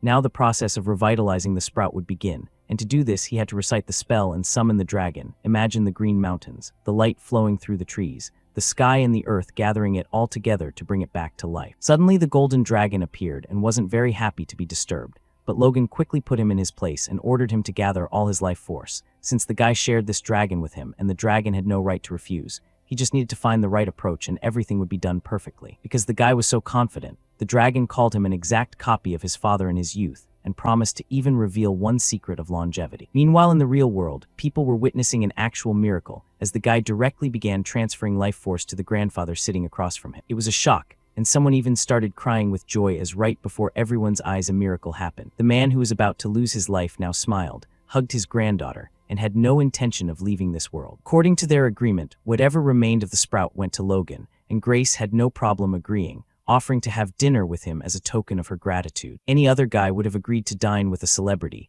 but Logan didn't know her and had a lot to do that evening, so he kindly declined the opportunity. The girl wasn't upset, of course, but promised to thank him the next time they met, and it was truly a happy ending to this little story. Grandpa was saved, and Logan got what he came for.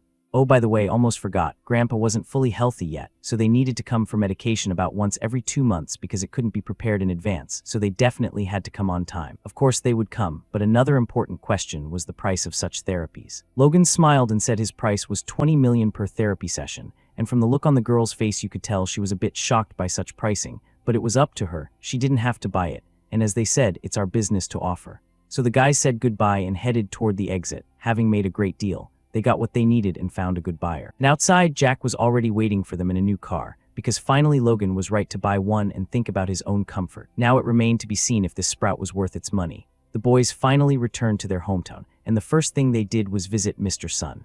As it turned out, there were some guests, probably another candidate wanting to take Emily as his wife. To put it mildly, Logan was getting a little tired of them. So to not disturb anyone, the guests immediately began saying goodbye and heading for the exit.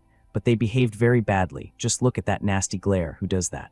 To prove his authority, Logan allegedly accidentally kicked the young man, then caught him and told him to watch his step because the floor was slippery. During their conversation, the grandfather mentioned that his physical condition was getting better and better, which was encouraging, but he reminded them not to forget to call if any concerns came up. Also, Mr. Sun had something to report. He was planning to move. Grandpa was very happy to have lived such a long life, and in the place he was going, there were some old friends, and he wanted to spend his last years in their company. The moment the plan was to sell the house and move somewhere in the mountains where the air was cleaner, leaving his granddaughter behind. So the grandfather was finally set on leaving his granddaughter to live with Logan, but it wasn't important yet because Emily still didn't want to share a room with her boyfriend, and the option of different floors would be best for her, which was actually quite strange for a loving woman. But maybe in the near future everything would change. As it turned out, the people who had just been guests came for a reason. The young man immediately realized that Logan's level wasn't so bad and fighting him would be quite difficult. But he didn't say that to his father. Also, the men could determine that Logan was most likely a sorcerer,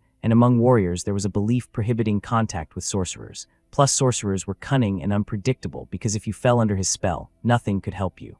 If he was truly that hard to defeat, maybe it would be better to cancel the contract right away and not put anyone in danger. Despite all the beliefs and so on, the boy considered himself a real warrior and figured some sorcerer wouldn't be a problem for him. So in that case, the men decided to make their move when Mr. Sun left the city. Everyone who knew the old man at least a little came out to see him off, because it was a pretty big loss, a man with a capital letter, and the pain of never coming back to the city was real. But if he made that decision, then no one had the right to condemn him for it, and everyone except the guy cried a lot. Logan would definitely have to go visit his grandfather sometime. As soon as the car drove a little more than a kilometer away, people instantly lost their tears and frankly started latching onto Emily and thinking about how to steal part of their territory, because in this life you couldn't trust anyone. The guy stood up for her and told everyone that there were still owners on this territory, and if anyone dared to behave badly, they would be punished immediately. From now on, people would have a very negative attitude toward Logan because he showed them where they belonged, and nobody liked that. Emily's nerves were starting to get the best of her, but if the guys didn't get tougher, this rotten society would eat them alive,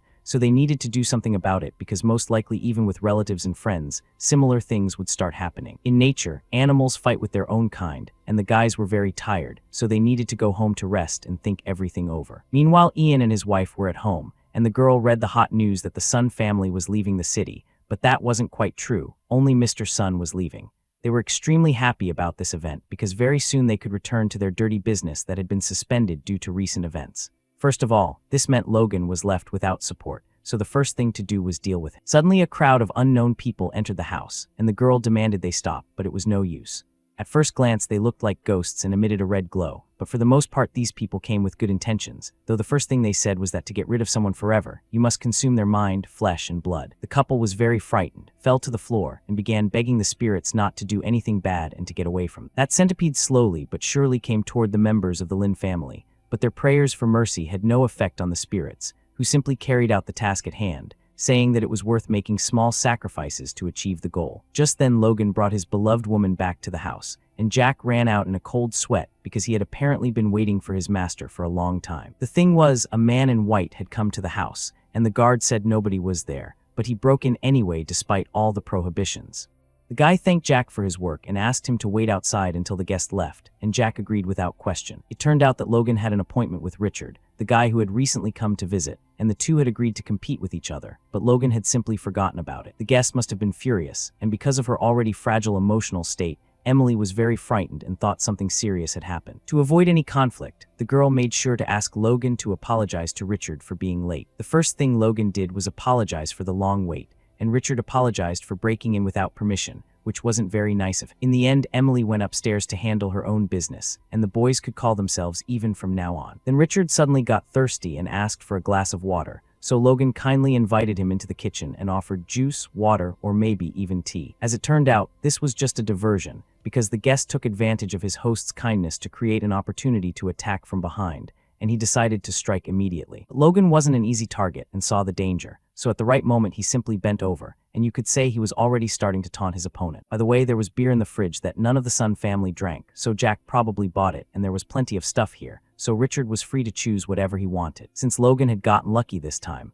Richard needed to find another good opportunity for a sneak attack, so he asked for tea to be made. While Logan was putting the brew in the kettle for his favorite guest, Richard slowly crept closer and closer, ready to strike the first and last blow to one of the weakest spots on the human body. But Logan was always a few steps ahead and dodged the attack, seemingly by accident under the pretext that the kettle was boiling, and as a result Richard punched the wall with his hand and fell to the floor. The guy laughed at him because it felt good when guests like that got what they deserved, and then he asked Richard not to lie on the floor and to be a little more careful. Richard began to suspect that this couldn't be another coincidence and that Logan must have done it on purpose, but how could such a young man have the strength to deliberately avoid those attacks? It seemed impossible. Bandit convinced himself that it was just two coincidences, grabbed a sharp knife, and tried to destroy the boy a third time, but instead he smashed his head on the wooden table and hit it hard.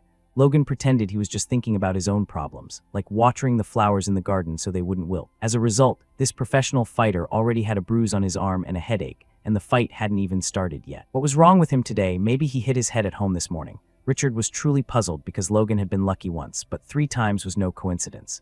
By the way, the tea was already ready, and it replenished energy and even cured diseases. If it wasn't a coincidence, then how good was Logan's reaction really if he could dodge even with his back to his opponent? Maybe he wasn't human at all. Richard decided not to try his luck again today, thought of an excuse, and said he had to leave urgently, which was the only good decision he had made all day. But not everything was so simple, because Logan gave Richard 3 chances to destroy him, and of course now he couldn't just leave so easily since he had to be responsible for his actions. Richard called himself a martial artist, which meant he definitely wasn't going to lose in a battle, but this was just another loud statement that Logan would easily refute. This fighter had also heard that a sorcerer needed at least 5 minutes to cast a spell, and during that time you could destroy anyone, and of course that information was true, but who said Logan was actually a sorcerer? To prove that magic wasn't his only skill, he threw a punch that anyone could block, then used even more force to throw his opponent in the opposite direction. Richard was given 4 attempts to destroy the guy, all to no avail, because he really was nothing. The only thing Richard could do now was beg for mercy, as he was at complete disadvantage. During the conversation he admitted that he had signed a contract obligating him to destroy Logan, so he was acting within the confines of the agreement. For his honesty, Logan spared the guy's life but asked him to tell the one who gave the assignment that if such incidents happened again, even once, the response would not be long in coming. The fighter immediately agreed and said he would pass those words along right away. Then Emily started coming down to the first floor and was shocked, to say the least, when she saw such a huge crack in the middle of the house. The guy assured her that everything was fine and that he and the guest had sorted everything out, but this guest was strange and it was better not to invite him here anymore. The old grandfather who had ordered Logan's destruction received a call on his cell phone, and it was Richard, who was in a hurry to report that the mission had failed. He also strongly recommended not to contact Logan because it never brought anything good. Of course, the man was angry because he had invested a lot of money in Richard, and in the end it hadn't worked out. Logan had also said that he was giving him one last chance to stop this kind of business, and there would be no other. The man threw his phone away in anger, because it was so annoying when some young boy interfered with the business of grown-up uncles. It was really hard to believe that such a qualified specialist as Richard couldn't do his job properly. Then the same spirits who had recently visited the Lin family came to the house of the aggrieved businessman, and this time they also offered to grant power, but the peculiarity of their service was that it was impossible to refuse. At the same time, the chief guard of the territory, Jamie, was reprimanding all his wards because for the last month they hadn't been working properly, asking how could Mr. Logan be satisfied with that, and he would rather fire everyone and hire more responsible workers. Then he received a phone call from Ian, who said he had some quality ginseng in stock and wanted to give it to him, which was just wonderful news, so Jamie said he would definitely come get that sprout. Also under the influence of the intruders, Ian insisted that the real buyer be present at the meeting because his supplier was too picky, and James had no problem agreeing because it was ginseng that his boss needed. This meeting was going to be the ultimate trap for Logan. The men in red coats were really serious, and they came to everyone who hated Logan to force them to cooperate. After the conversation, Ian started begging for mercy and pleading to be let go, even offering his wife and sister-in-law in return, and that's what some men were like. They would give anything to save their own backsides. The invaders weren't satisfied with such a proposal, because in their opinion the 2 women were trash and nothing more, and to save themselves it would be enough to obey all instructions and never contradict them. Meanwhile, Logan and his guard had almost arrived at the meeting point, and looking around, the guy realized something was wrong here because the place was too confined with only one exit and entrance. The rooms were empty, and there wasn't a soul around, so it had to be a trap. Suddenly, out of nowhere, a man appeared at the other end with 2 small identical girls and clapped his hands. Jace immediately stood up for his master, told him to do nothing foolish, and said to just give him the ginseng. If you examined this man carefully, you could tell with certainty that he had no goods, and what's more, he looked like a maniac who hunted people. Not wanting to waste time on idle talk, he immediately launched these two beautiful flyers into the attack to do their job, and in this case Logan needed to take the initiative because James was unfortunately powerless here. Logan grabbed the little ones by their arms, lifted them up, and then slammed them to the ground with all his might. Logan thought that was the end of the tricks, but no, this sick-in-the-head grandfather still had something else up his sleeve. Using the smoke technique, his body became invisible in the cloud, which was certainly a good trick, but it didn't help as long as Logan could see with his heart, which allowed him to detect any movement of his opponent, even in personal smoke. In the end, the guy just pulled his opponent out of. Therein gave him a fist in the face that sent him flying to the other end of the room and hitting the wall hard. To put it mildly, the guy was just shocked when he realized how easily he had been taken down, because initially he had built himself up as a god, but turned out to be the most ordinary man. Maybe a little more had to be dealt with, and that was only because of the girls. Suddenly from the next room, the guys heard some strange sounds, like someone screaming and asking for help, and behind the door was Logan's ex-wife. But how did she get here? When they removed the tape from her mouth, the girl started begging for rescue and said she would do anything and fulfill any orders for the rest of her life if they just saved her, because she was terribly scared and who knew how long she had been stuck here. In this case, the guy certainly couldn't refuse this shapely lady who had humiliated him before, so he immediately released her. Grabbing the girl, James put her on his shoulder, and the guys headed for the exit, while she cried hard from fear, with so much hysteria that the girl couldn't stop, and despite everything she had done in her love life, even he felt a little sorry for her in this situation. The road ahead was long through a dense forest, when suddenly the guys met some lonely man, and why he was sitting here was unknown, so Logan went to investigate. As it turned out, it was one of Emily's bodyguards, and he was also badly wounded, and not holding back tears, the man said that Emily had been kidnapped and he couldn't protect her. At that moment, the girl was in a basement with a man who looked very much like Jack and had a cold weapon, and such inactivity on Emily's part made the bandit bored because he wanted to have some fun. Putting a knife to the girl's throat, the man promised that if she agreed to cooperate with him, he wouldn't harm her, and she didn't have much time to think. In response, the girl said that the bandit and his boss didn't have enough courage to hurt her, and of course no one would tolerate such insolence, so he slapped her hard. He decided to do everything without any problems, wasn't afraid of the girl's origins, wasn't even afraid of losing his life, and if everything went well, the man would get a lot of money, then he would buy tickets somewhere and leave, and then no one would find him. Emily was given the last 5 minutes to think, and then the bandit wouldn't vouch for himself. The girl had long since realized that no one was going to destroy her because her grandfather was still alive, so the target of these bandits wasn't her but probably someone else, and the main thing was that Logan didn't act impulsively because he could make fatal mistakes. Logan at that moment, along with his guard, was moving toward the house, where there was an unbelievable commotion, and all the bodyguards couldn't find a place and cried because they had failed to protect Emily after she was kidnapped, and they were ready for absolutely any punishment for this, even losing their lives. Logan ordered them to find her immediately and said they would talk about punishment later. The guys had called the police but hadn't heard back yet, so the vans had probably gone missing, and how could this be allowed to happen? Where was Jack? The guys reported he was badly injured and in the hospital right now, and if a guy this serious was so badly hurt, it had to be the work of an unusual person. Logan ordered half the staff to go search the area and leave half here to guard the house, while James had a separate assignment to guard his ex-wife. With Emily in more danger by the minute, something had to be done, and Logan refused to believe she couldn't be found quickly. In a forbidden book on magic, there was a forbidden technique based on blood magic that could track a person, but the practice was harmful to the user. Namely, it consumed a lot of energy and sometimes could even be life-threatening. But now wasn't the time to think about consequences, because for Emily's sake, the guy was ready for absolutely anything. He was able to see where his beloved was, though in black and white colors, and after viewing, the guy even vomited blood from how heavy this spell was, as it took only a few seconds and already caused enormous damage to his body. It was urgent to go to Bayan Mountain because the girl was there. Just as the 5 minutes allotted for thinking were over, the bandit entered the room again, so to buy some more time the girl agreed to cooperate. The bandit was madly happy about this news and already started unbuttoning his pants, but luckily, he didn't even have time to take them off because Logan was there, full of anger and hatred for the man who had stolen the love of his life. Without much conversation, he began beating the bandit as hard as he could with his legs and arms, on his stomach, on his neck, on his face, and he did it in the most subtle ways to maximize the effect of each blow. And at the end he threw him against the concrete so hard that it cracked underneath. When the enemy could no longer resist, Logan grabbed him by the hair and asked who sent him, and as it turned out, it was Mr. D again. The guy had already forgiven him twice and wanted to part peacefully, but apparently it wouldn't work that way because the man was eager to fight. This weak-minded man in his position thought to lie and say he hadn't hurt Miss Emily, but the abrasions on her face wouldn't hide anything because she couldn't have fallen on her own, so it was certain that someone with dirty hands had dared to hit a woman. Since the man had nothing to say for himself, Logan grabbed him by the neck, lifted him up with one hand, and slowly began to clench his fist tighter and tighter. The mercenary begged for mercy, but it was too late, because anyone who beats innocent women shouldn't live in peace in this world. Finally, Logan's fist clenched completely, and the man became disabled for life. Even though this mercenary had bullied Emily, the girl didn't want the guy to take his life, so he just broke the man's spine, and now he would spend his whole life in bed. Too many bad things had been done to him, so this was the minimum price for his actions, and he was especially responsible for the pain he had caused the girl. Logan blamed himself for not being able to protect his princess, and when all this horror was over, the guy couldn't hold back his tears because everything could have ended much worse. But this time he was lucky, and he promised that such a thing would never happen again. To avoid staying in that horrible place any longer, the guys decided to go home. The second part of this story ended with Logan finding his girlfriend in the deep woods and heroically fighting the mercenary who kidnapped her, and eventually the guy managed to defeat him and exact sweet revenge.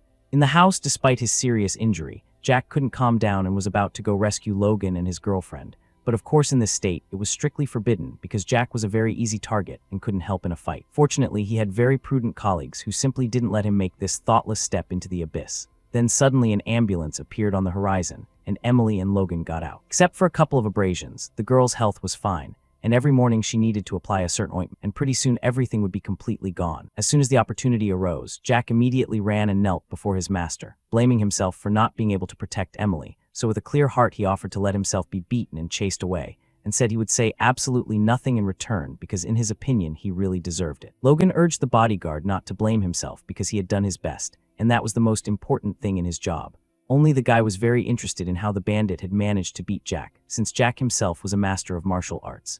At that moment, Emily jumped into the conversation and said there were two kidnappers, one of them wearing a black robe with a hood on his head, so she didn't remember exactly what he looked like. Added that the bandit had a centipede on his wrist which bit him, after which he was paralyzed and couldn't fight anymore, and if it weren't for that, they wouldn't have had a chance of success. From this brief description, Logan assumed it was the Zening clan, wondering what motive they had for such a drastic act. After a moment's thought, he notified his guards that he had to leave on an urgent business trip. Of course, Jack would like to go with him, but he couldn't do that yet because someone had to be responsible for guarding the villa and reporting immediately if anyone came. Logan was determined to find out more about the situation, and as soon as he found out something, he would tell Jack. Right before the guy was about to get into the car, Emily came to him and told him there was definitely someone in the bushes. He was skeptical but decided to check it out, and since the time was very dangerous, he decided to take James as his assistant so that in case of emergency the guys could cover each other. Emily was right, and when the boys went to check the bushes, they found William there.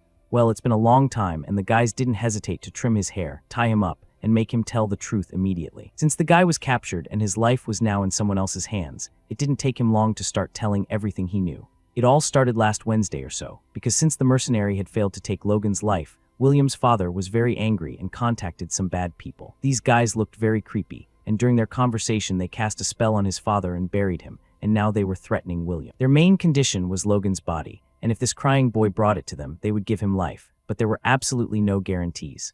William came here only because he was forced to ask for help, because in fact he had long wanted to stop crossing paths with Logan completely since he realized he couldn't win. Of course the guys listened to the information, but hardly anyone was going to help him. James suggested leaving everything as it was because they didn't need William anymore, but Logan had a different opinion and wanted to get answers to his questions, at least to find out why his enemies needed this, and why they wouldn't do it themselves if they were so powerful. Then suddenly something flew between the boys at high speed, probably those creepy guys William had been talking about. Logan immediately ordered James to stay here, take care of the prisoner, and if anything happened, to let him know immediately so he could be kept informed. By the way, as it turned out, William wasn't completely clean either, because right now you could see a magic spider coming out of his mouth, which was actually very bad because the enemies could completely hear their conversation. Meanwhile, Logan was already moving at full speed in the approximate direction where the enemy could have flown away, and so far the guy didn't even realize if he would be able to follow the trail, because it was like looking for a needle in a pile of snow. At one point, he did manage to catch a glimpse of his target, because he was a master of his craft, and even more so when it came to his family. Logan didn't hesitate to attack, and by the way, the enemy with the girl on his shoulder was running away in an unknown direction, unable to even imagine that someone was chasing him. This naive joy lasted exactly until the man noticed Logan approaching rather swiftly, and the smile on his face disappeared abruptly, now expressing completely different emotions that clearly had nothing positive about them. In a state of strong panic, the opponent began making every effort to run as fast as possible, but as you can already guess, this speed was clearly not enough because Logan surpassed him several times in this regard. A huge yellow hand practically caught up with the opponent, but unfortunately not everything was so simple. To somehow protect himself and prolong his existence on this planet, the man also began using magic, employing a skill that in theory allowed almighty forces to take over his body completely, in simpler words, teleportation. The man even managed to relax a little because for some reason he was 100% sure this would save his life. Logan, in turn, basically expected that the opponent would use some tricks, so he prepared in advance, took out another dragon ticket, used the skill of the 9 thunderclaps of the sacred celestials, which allowed a completely random lightning strike directly at the enemy target. Since the rival was no longer functioning, he could no longer hold the guy's ex-wife on his shoulders, so she began falling downward without a creature. Logan, of course, didn't hesitate and caught her at the very last moment, even though he could have chosen not to, considering all the pain and humiliation she had caused him.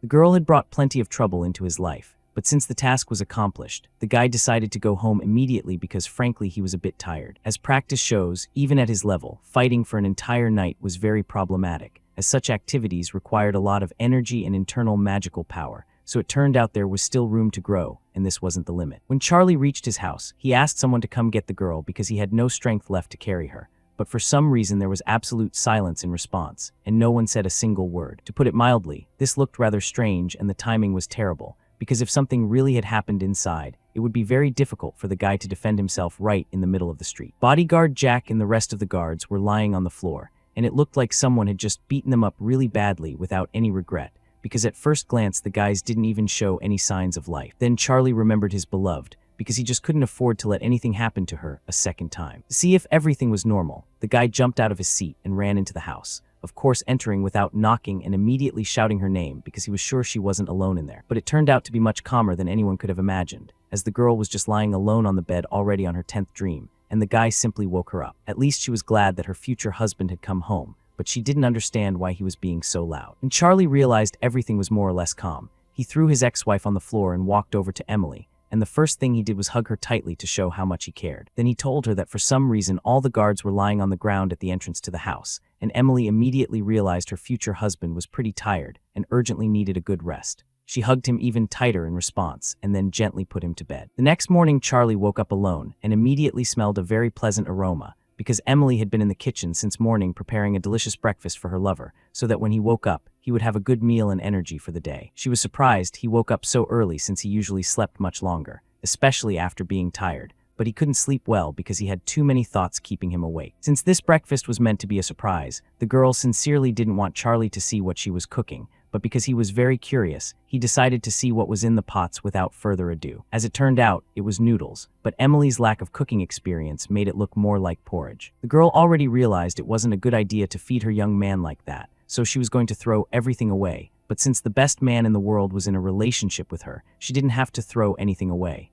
Charlie silently took the plate, put the food in it, and said it suited him perfectly and he was happy to have breakfast. While eating, Emily realized the noodles were too sweet, so she must have mixed up salt and sugar again, and frankly she couldn't understand how Charlie hadn't said anything yet and kept eating. Afterwards, the girl said out loud that it looked really awful and he didn't have to eat it at all, but even so the boy smiled and continued eating. Suddenly the TV news began reporting that there was a fire in the house of a famous businessman, which resulted in the deaths of 2 people, and the whereabouts of the gentleman himself and his son were unknown. In addition, the businessman Ian was found dead in his home that same night, and the police had opened a criminal investigation into the matter.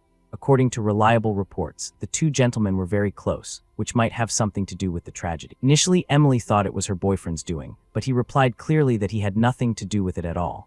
Then she wondered who could have done it and for what purpose. To be honest, Charlie had no idea who did it, but one thing he knew for sure: the purpose of these 2 was the same, which was revenge against him. That's why they kidnapped Emily and beat up Jack, and most likely this was just the beginning, so they should definitely expect a second attempt. Even if Ian was really killed for not following the master's orders, then where did the other businessman disappear? There had to be someone behind this case, and they had to find out at any cost what the purpose was of the person who started it all and conspired with such serious people. But if Emily was also the target of these people, then why didn't they do anything to her the night they killed all the guards?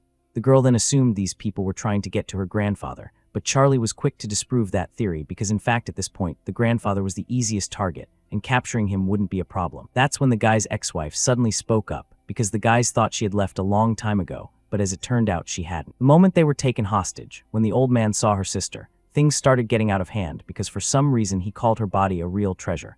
though in fact she was just an ordinary girl with not the most decent habits whose hobby was spending other people's money. Ian and his father made a deal with this demon, but anyone could see that this deal was just empty words because the grandfather, in case he didn't like something, could easily attack using his centipede. At least he didn't like the fact that they wanted to rush him, because only someone who didn't realize the importance of the case would rush in this situation. After the father was already unconscious, Grandpa switched to his son and suggested he return to the original plan, namely to pick up the phone, call Charlie, and arrange a meeting. After the man made the call, Grandfather couldn't help himself, and just like the father, destroyed the son. According to the original plan, after successfully completing the task, this man was supposed to leave the city, but since things didn't go exactly according to plan, it led to the current situation. It was curious why the news reported that only the father was killed while the son survived. In general, the situation was getting more and more confusing, and they could only speculate about what might happen next. To be honest, the ex-wife Anna didn't even know what to do because she had nothing left, as her husband had lost his life, her sister was kidnapped, and Anna in turn had hurt the only person who could help her. She didn't expect Charlie to help her save her sister,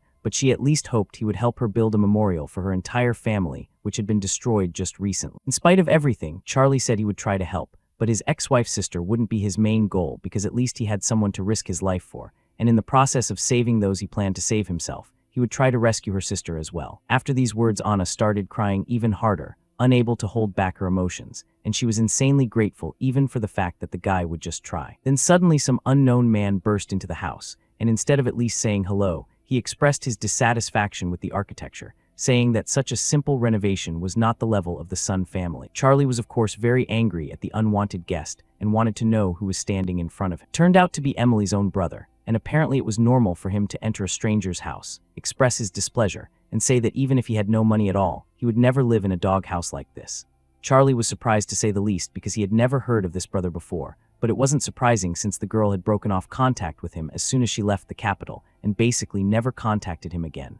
By the way, his name was Tony. Now the girl was at least very curious why he was here and what the purpose of his visit was. According to an old friend, Tony had received information that the grandfather had taken something very important for their family, and now the guy was very interested to know where this thing was because he strongly wanted to take it back. In response, Emily said she knew nothing about it and that her brother should leave because he wasn't welcome here. This response wasn't surprising, because it was unlikely that the sister had ever had access to such valuable things. To put it mildly, this all started to annoy the girl, so to remedy the situation she began threatening to call the police and file a report for trespassing. As much as her brother wasn't the most ordinary person, it was hard to scare him like that, because probably not a single policeman in the city would dare to put handcuffs on Tony, since that would only make things worse for them. A large number of connections and good authority were great forces often above all laws, and of course all this was wrong and shouldn't be so. But unfortunately, the world was arranged this way and would likely never change. If he couldn't take care of himself, he could do something very bad, so it was best not to test his nerve but to do as he asked. And when it came to touching him, Charlie stepped in and showed this upstart that he had already overstepped his authority. To put it mildly, Tony was shocked because no one on this planet would allow himself to be treated like that,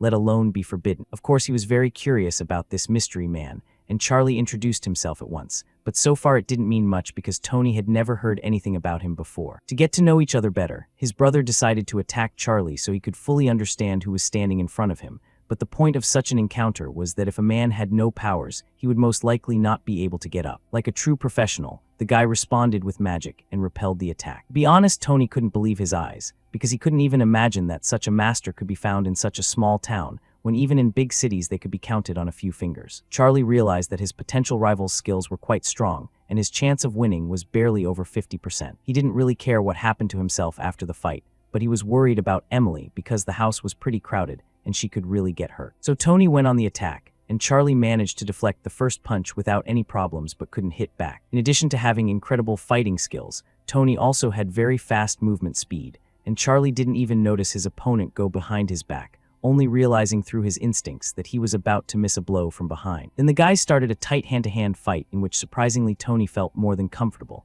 and in the end with one deft move he was able to overpower Charlie, causing him to fall face first to the floor. Of course the girls ran to his aid, but he urged them to stay back because he wasn't going to end it there. No matter how hard it was, Charlie would never let someone just barge into his house, threaten his girlfriend, and start a fight. Even though Emily knew how strong her boyfriend was, every time she worried about him like it was the first time. But this time she wasn't the only one, because for the first time in his life, his ex-wife also worried about him a lot, and the girl even fell to her knees because her blood pressure spiked. When Charlie was finally able to get up, he told the guy to get back down, and even though the fight ended rather quickly, Tony was delighted and reported with confidence that Charlie's skills were more than enough for this small town. But as it turned out, Emily's brother had met a lot of people of that caliber, and Charlie was no exception. But anyway, since Charlie was in a relationship with Emily, all her problems and worries were automatically transferred to him, and if the girl didn't want to fulfill them, no one could make her. In fact, only a real man could say those words, and unfortunately they were in the minority in this world. Then walking back and forth across the room, Tony said that he hated people who didn't see their true potential, but continued to live as they were and were happy with everything. After a lengthy expression of his displeasure, the brother offered to make a deal, which was certainly a very interesting point because God only knew what he really needed, and in general people like him weren't initially trustworthy. According to Tony's personal observations, Charlie's level did not exceed the stage of foundation formation. Of course, the guy didn't reveal all his cards and said that such personal matters didn't concern him in any way. In the end, his brother said that he would give Charlie 2 whole years, and if during this time the guy didn't achieve better results, Tony would just come and take his sister away, and then turn Charlie to dust right in front of everyone without any regret. To be honest, the guy doubted that very much, because in fact his potential was limitless, and depending on the situation he could become much stronger than it seemed at first glance. But for the sake of propriety, he decided to ask what would happen if he got lucky, and over the course of 2 years he actually became a lot stronger. In that case, the guy would get a chance to fight Tony in the most luxurious arena in the capital, and whether he won or lost, his name would be known and at least it would help him build a good career. The terms of the bet were really favorable, and Charlie was happy to agree to them, but on the other hand, he had no choice. In that case, Tony wouldn't stay long, but he said again that he wanted the thing he'd come for, and the next time Tony came, Charlie would have to have it. Also, this upstart didn't lose the opportunity to remind Charlie that his current strength wouldn't be enough to fight him, which was why he should start spending much more time on training, because only then would there be a result. Well, about this he could certainly not doubt, because the guy was very responsible and would make every effort to become at least several times stronger in these 2 years. Finally, the man went to the exit, put on his hat, politely said goodbye, then got into his fancy car and went about his business.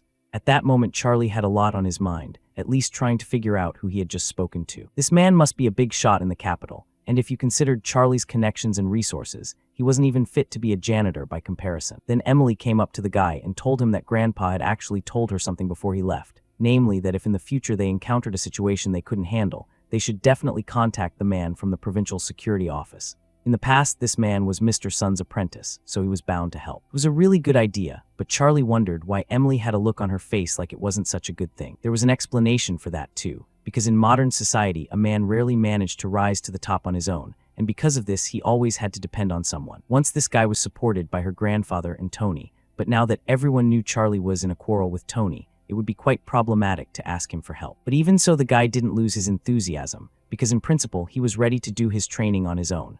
Then the guys heard someone knocking on the front door, and first they thought it was Emily's brother coming back, but as it turned out later, it wasn't. Now they had people from the security department coming to tell them that Mr. Fan would like to invite them to a banquet he was personally hosting. This wasn't the kind of thing you just invited anyone to, so Charlie decided to ask for more information.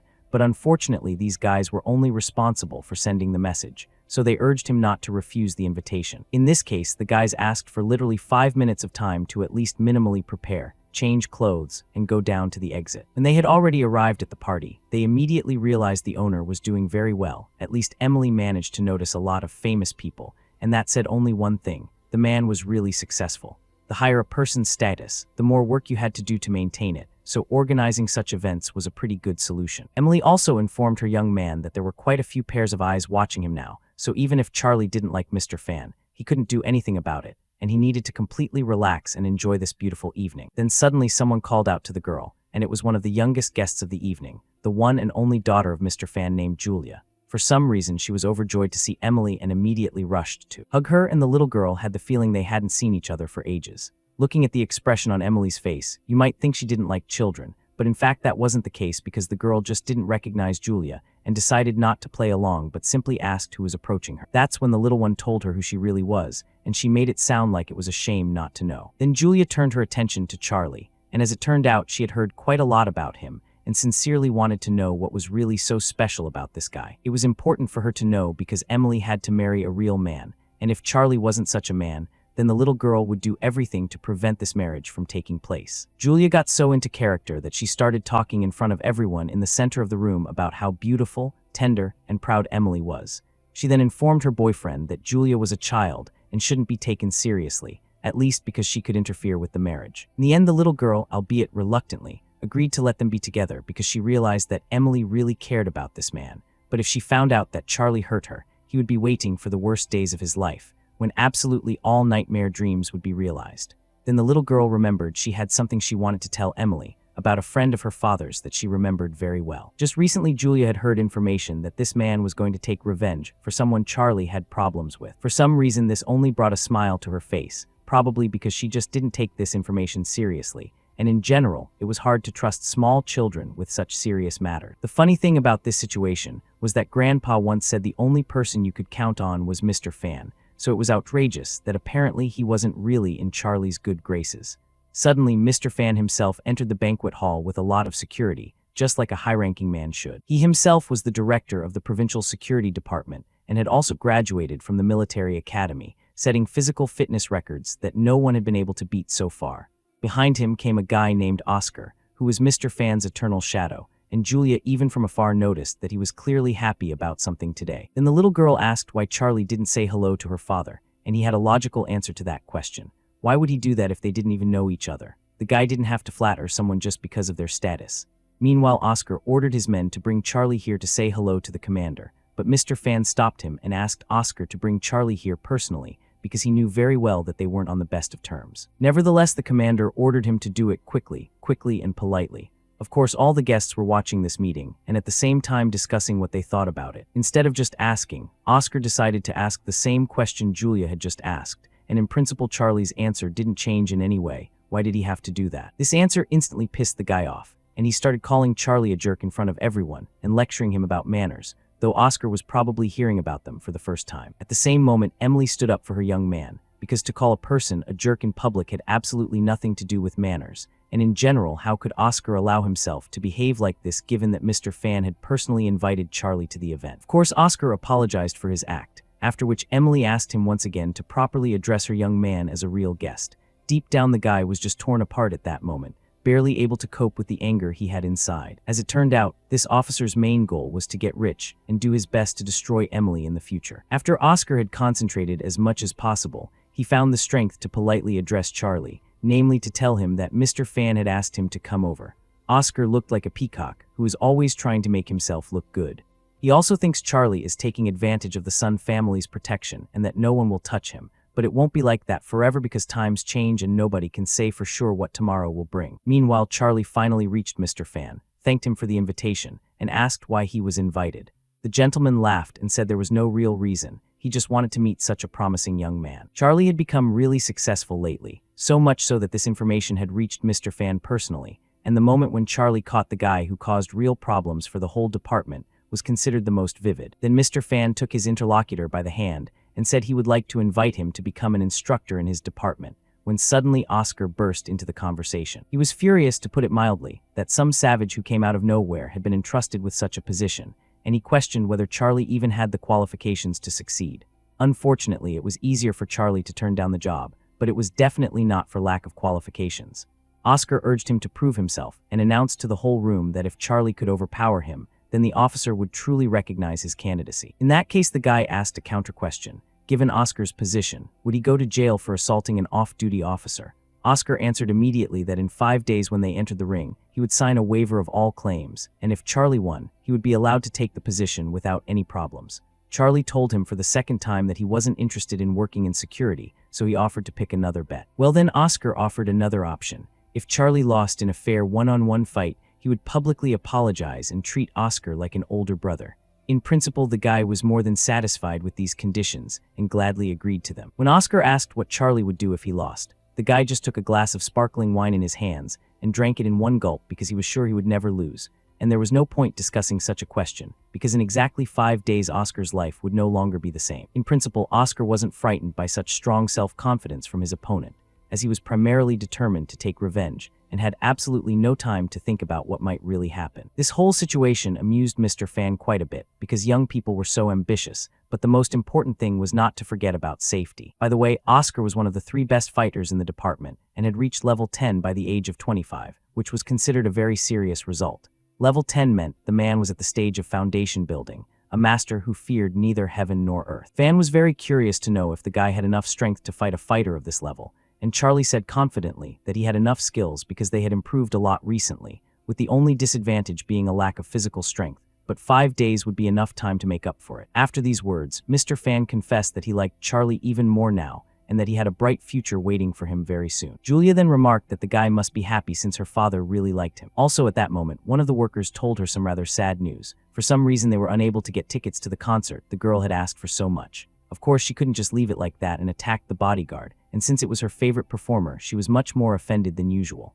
By chance, Charlie heard what they were fighting about and said he could help get tickets to the concert. Julia wondered how the guy was going to pull that off since he wasn't even from their province. At the same moment, a brilliant idea popped into her head. Charlie was probably secretly dating the singer, which was why he could get tickets. To be honest, the guy didn't expect such a setup, because you think you're just helping someone and they bury you in the middle of nowhere.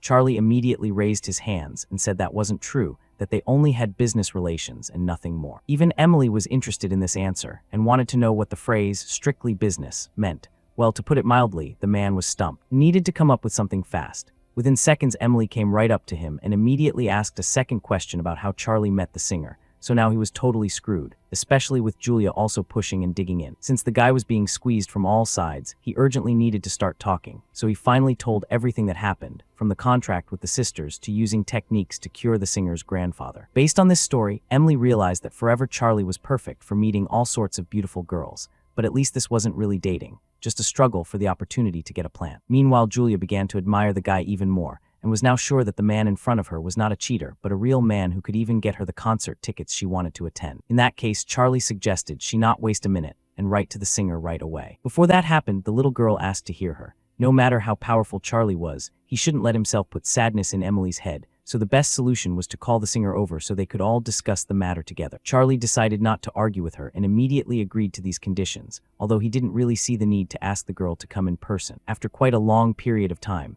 the singer finally arrived at Mr. Fan's house. Honestly speaking, Charlie thought she wouldn't come and started to worry a lot, but when Grace knocked on the front door, he was really relieved. As usual, she was completely disguised so fans wouldn't follow her, because with her level of popularity, it was basically forbidden to go out alone. The girls, to put it mildly, were also a bit worried and very tired. The reason it took Grace so long to arrive was rather trivial. For some reason, finding the place had been difficult for her, and the security was strict, so she had to stand at the door for a long time, and even her famous face didn't help, so she assumed the owner of the house wasn't the last person in the world. After hearing her name, Grace hesitated, and then realized that one of her fan club members was standing right in front of her. She also said she read all of Julia's letters and thanked her for her warm and sincere support. The little girl was very pleased to hear these words because she was 90% sure the singer didn't even read her messages, but as it turned out, she even remembered her. Against the backdrop of this pleasant news, the girl even started crying tears of happiness because she really liked this singer and wished her only the best. Grace was just as pleased to know she had such loyal fans, and it was an honor to meet at least one of them. Then her gaze fell on Emily, whose stern look made it clear she didn't want Grace to stay here too long, much less spend too much time with Charlie. Looking at all this from the outside, the guy immediately realized they were unlikely to become friends, and in advance began asking the Almighty to help him in this awkward situation. In general, the singer had come here under a certain pretext, namely to get medicine for further treatment of her grandfather. In order not to seem indifferent, the guy decided to behave rather rudely and asked her to leave because their relationship was purely business, and it made absolutely no sense for them to stay long. To be honest, such indifference really upset the girl, because couldn't she at least sit down for a minute to make this meeting worthwhile? The singer had postponed the date of her personal concert, and the guy didn't even appreciate it. Since the girl had really come because of the medicine, postponing the concert date wasn't a valid argument because Charlie had already handed over the medicine, so all Grace had to do was pay for it and leave as soon as possible, since this humble dwelling couldn't accommodate a guest as important as her. That answer really made her think, so surely there had to be some good reason for his indifference. Then the singer turned her attention to Emily and finally saw for the first time the girl Charlie talked about so often, and she was a real beauty, but Grace didn't think that was a barrier because she had talent and strength, and such positive qualities could only be seen in a few people. In her opinion, she was just as good as Emily. Since this was a frank conversation, there should be frank answers, so Charlie said matter-of-factly that Grace was the pinnacle of the entertainment world, but in his eyes she was just an ordinary person buying medicine, so she shouldn't talk about herself like she was trying to sell something. Then he put the ticket on the table and said he had to go do his own thing, and they would talk about the next supply of medicine at another meeting. At least the fact that the man had agreed to meet her again already made the singer melt, and all the anger was gone. Charlie also said that Julia wasn't the only one who wanted to attend her concert, so they needed a few more tickets. Of course she agreed and said her assistant would bring them later. In the end, the guys said goodbye, but because the meeting wasn't the warmest, Grace slammed the door hard when she left. The first thing she did as soon as she got into her car was ask her assistant to send Charlie a couple more concert tickets, because she couldn't believe she couldn't charm such a talented guy when she'd never had any problems with that before. To remedy this situation, the girl decided to go for drastic measures, namely to use a special bottle she had bought recently. The master had said this small bottle would help her keep her popularity for at least 10 years, and Grace was sure she could use it to keep any man she wanted. As it turned out later, this potion had no positive effect on Grace, but was made to effectively spy on Charlie with the help of this singer. Its creator was the same terrible grandfather who had kidnapped Charlie's ex-wife's sister and destroyed Ian along with his father. And now when the time was right, he would do anything to destroy Charlie as well as all those who had lost their lives before him. According to his calculations, in 3 days on the day of Grace's grand concert, Charlie should lose his life. It was still unknown exactly how it would happen, but this old grandfather had definitely come up with some cunning plan. In general, after 3 days, the singer finally went on stage and began singing for her favorite fans. It was really a very large-scale event that gathered a whole soccer stadium of listeners. Julia watched the concert from the VIP box for the first time in her life and liked it a lot. Emily, in turn, was also pleasantly surprised because the view from here was quite good, but the atmosphere was a little different. Since Julia liked everything very much, she made a brilliant conclusion that from now on she should let Charlie make such calls more often. In general, Grace was very generous and gave them more than 20 tickets. By the way, being a VIP guest was really very prestigious, because when a person didn't have a lot of money, he didn't even think about it. But whoever tried this kind of vacation was unlikely to want to buy ordinary tickets again. On the way here, nothing bad happened, but for some reason at this place, the guy got a strange feeling of panic. And usually if something like that happened, it wasn't good, but let's hope for the best. By the way, Grace's outfit was just stunning, and that white dress fit her perfectly. At that moment, a very emotional song started playing that looked so beautiful that Julia couldn't hold back her emotions and started crying. Looking at Grace, she realized this girl was as beautiful as the words of her song, and they seemed to merge into one. Then Charlie started crying without noticing, and at the same time, very sad thoughts started appearing in his head, which automatically put him in a depressed state. Charlie's emotional resilience allowed him to come to his senses and realize that something was definitely wrong. Looking around, he noticed that Emily was also crying and talking out loud about how she envied people who could express their feelings through song. There was definitely something wrong with this track, because literally in an instant, a very happy atmosphere turned into a very depressing one. All the people started to sink, and instead of relaxing, they thought about their problems. Charlie had to find out who was behind this as soon as possible, because this couldn't go on much longer. Using his skills, the boy was able to see that Grace had some kind of magical red line connected to her, so now at least he knew exactly where all the negativity was coming from. Then Charlie warned Emily that he would be leaving the room for a while and asked her to be very careful. Of course, Emily tried to stop him, but not this time because he had to act as soon as possible. When the guy was already downstairs, he lost sight of the red line he had seen earlier, and at the same moment some girl clung to him like a leech and started touching him wherever she wanted. Since Charlie was a very loyal young man, he immediately did his best to get her off his back. First time he just threw her in the opposite direction, because this woman should stop thinking she could bewitch him with her charms. Charlie gave her exactly 5 seconds to break the spell and explain why she was doing it. To put it mildly, she was surprised because even Grand Masters could not resist her charms. But now this thrill-seeker fully realized that the rumors about Charlie were really not just rumors. During the conversation, the guy managed to find out that this girl was sent here by someone to fulfill some bad tasks. He had originally assumed the elder had sent her, but the girl made it clear he hadn't. She said she had just decided to practice magic here and needed human energy for that. And since there were so many people here at the moment, there was no better place. Since his interest was piqued, he decided to try a couple right there, because since the elder was taking them, they must be of normal quality. After taking the pills, Charlie felt his energy increase, but it was so low that it was practically useless, really too little, so he would have to eat at least 100 of them to level up, maybe even a couple hundred. Then the guy came up with a brilliant idea, maybe just eat them all and save someone the trouble. Of course, it was a brilliant idea in itself to deprive the owner of the pills of the ability to level up. After some time sitting on the mountain, the girl noticed that for some mystical reason it had started snowing outside. Of course, the generator of this New Year's mood was Charlie, because he began raising himself level by level, and the snow bringing him to nirvana became a guide to a better life. It was really an incredible idea to start consuming these pills in masses, as long as no one from the enemy clan came here now. During his cultivation, the guy met his dragon, and he was surprised to say the least because they hadn't seen each other for only a couple of days, yet his personal progress was quite high.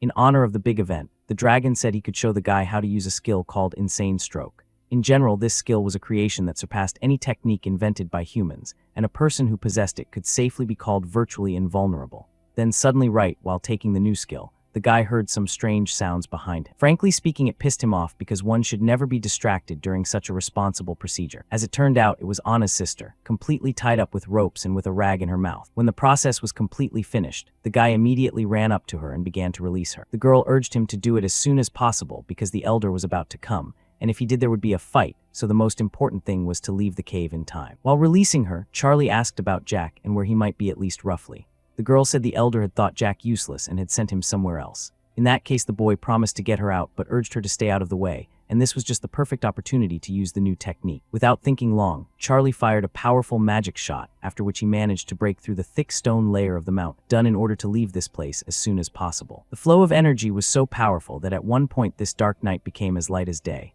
Well, in the future with this powerful skill, he should be careful and use it only in extreme cases, because such power was quite difficult to control and quite accidentally could shake an innocent person. Suddenly the cave sharply began to crumble, which meant only one thing. This place was about to collapse, so they needed to leave immediately. At the same moment, the elder entered the cave and didn't understand what the strange tremors were or why they were happening. Then he saw that someone had eaten all his pills, which he had been collecting for quite some time and expecting to raise his level quite a bit in the future. Somehow the elder just sensed that Charlie had done it, probably because no one else would have committed such a desperate act. Meanwhile, the concert was finally over, and Emily was getting worried because Charlie never just disappeared. Julia tried to calm her down by saying the guy probably just had a stomach ache, which was why he was gone so long.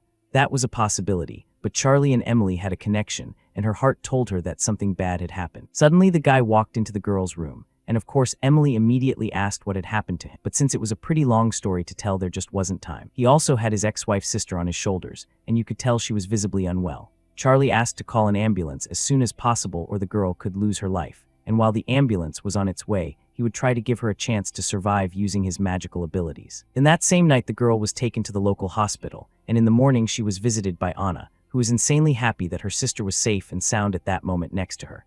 The sisters' reunion was a joyful one, and hopefully they wouldn't have any more problems or need to be rescued again.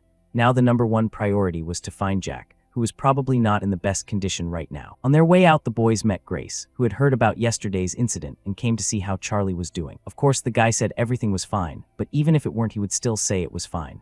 It should be noted that the singer arrived just in time, because Charlie urged her to show him the bottle of perfume she was currently wearing. When Grace realized the perfume was not ordinary, she pretended not to know what he was talking about. In that case, Charlie decided to tell her that if she didn't want to lose her life, she had to get rid of them, because everything in this world had its price, and she needed to think for a moment about the price of her career's success.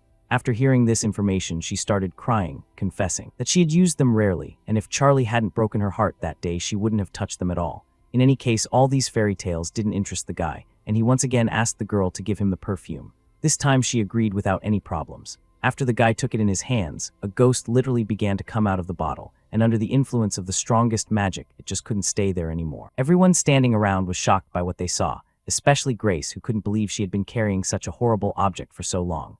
All this time the Phantom had been giving the girl good luck, but in return he was absorbing her spiritual energy and constantly shortening the years of her life. The whole situation made her wonder how she had dared to trust an unknown man with such a supposedly magical fragrance. And when the Phantom heard those words, he immediately flew in her direction.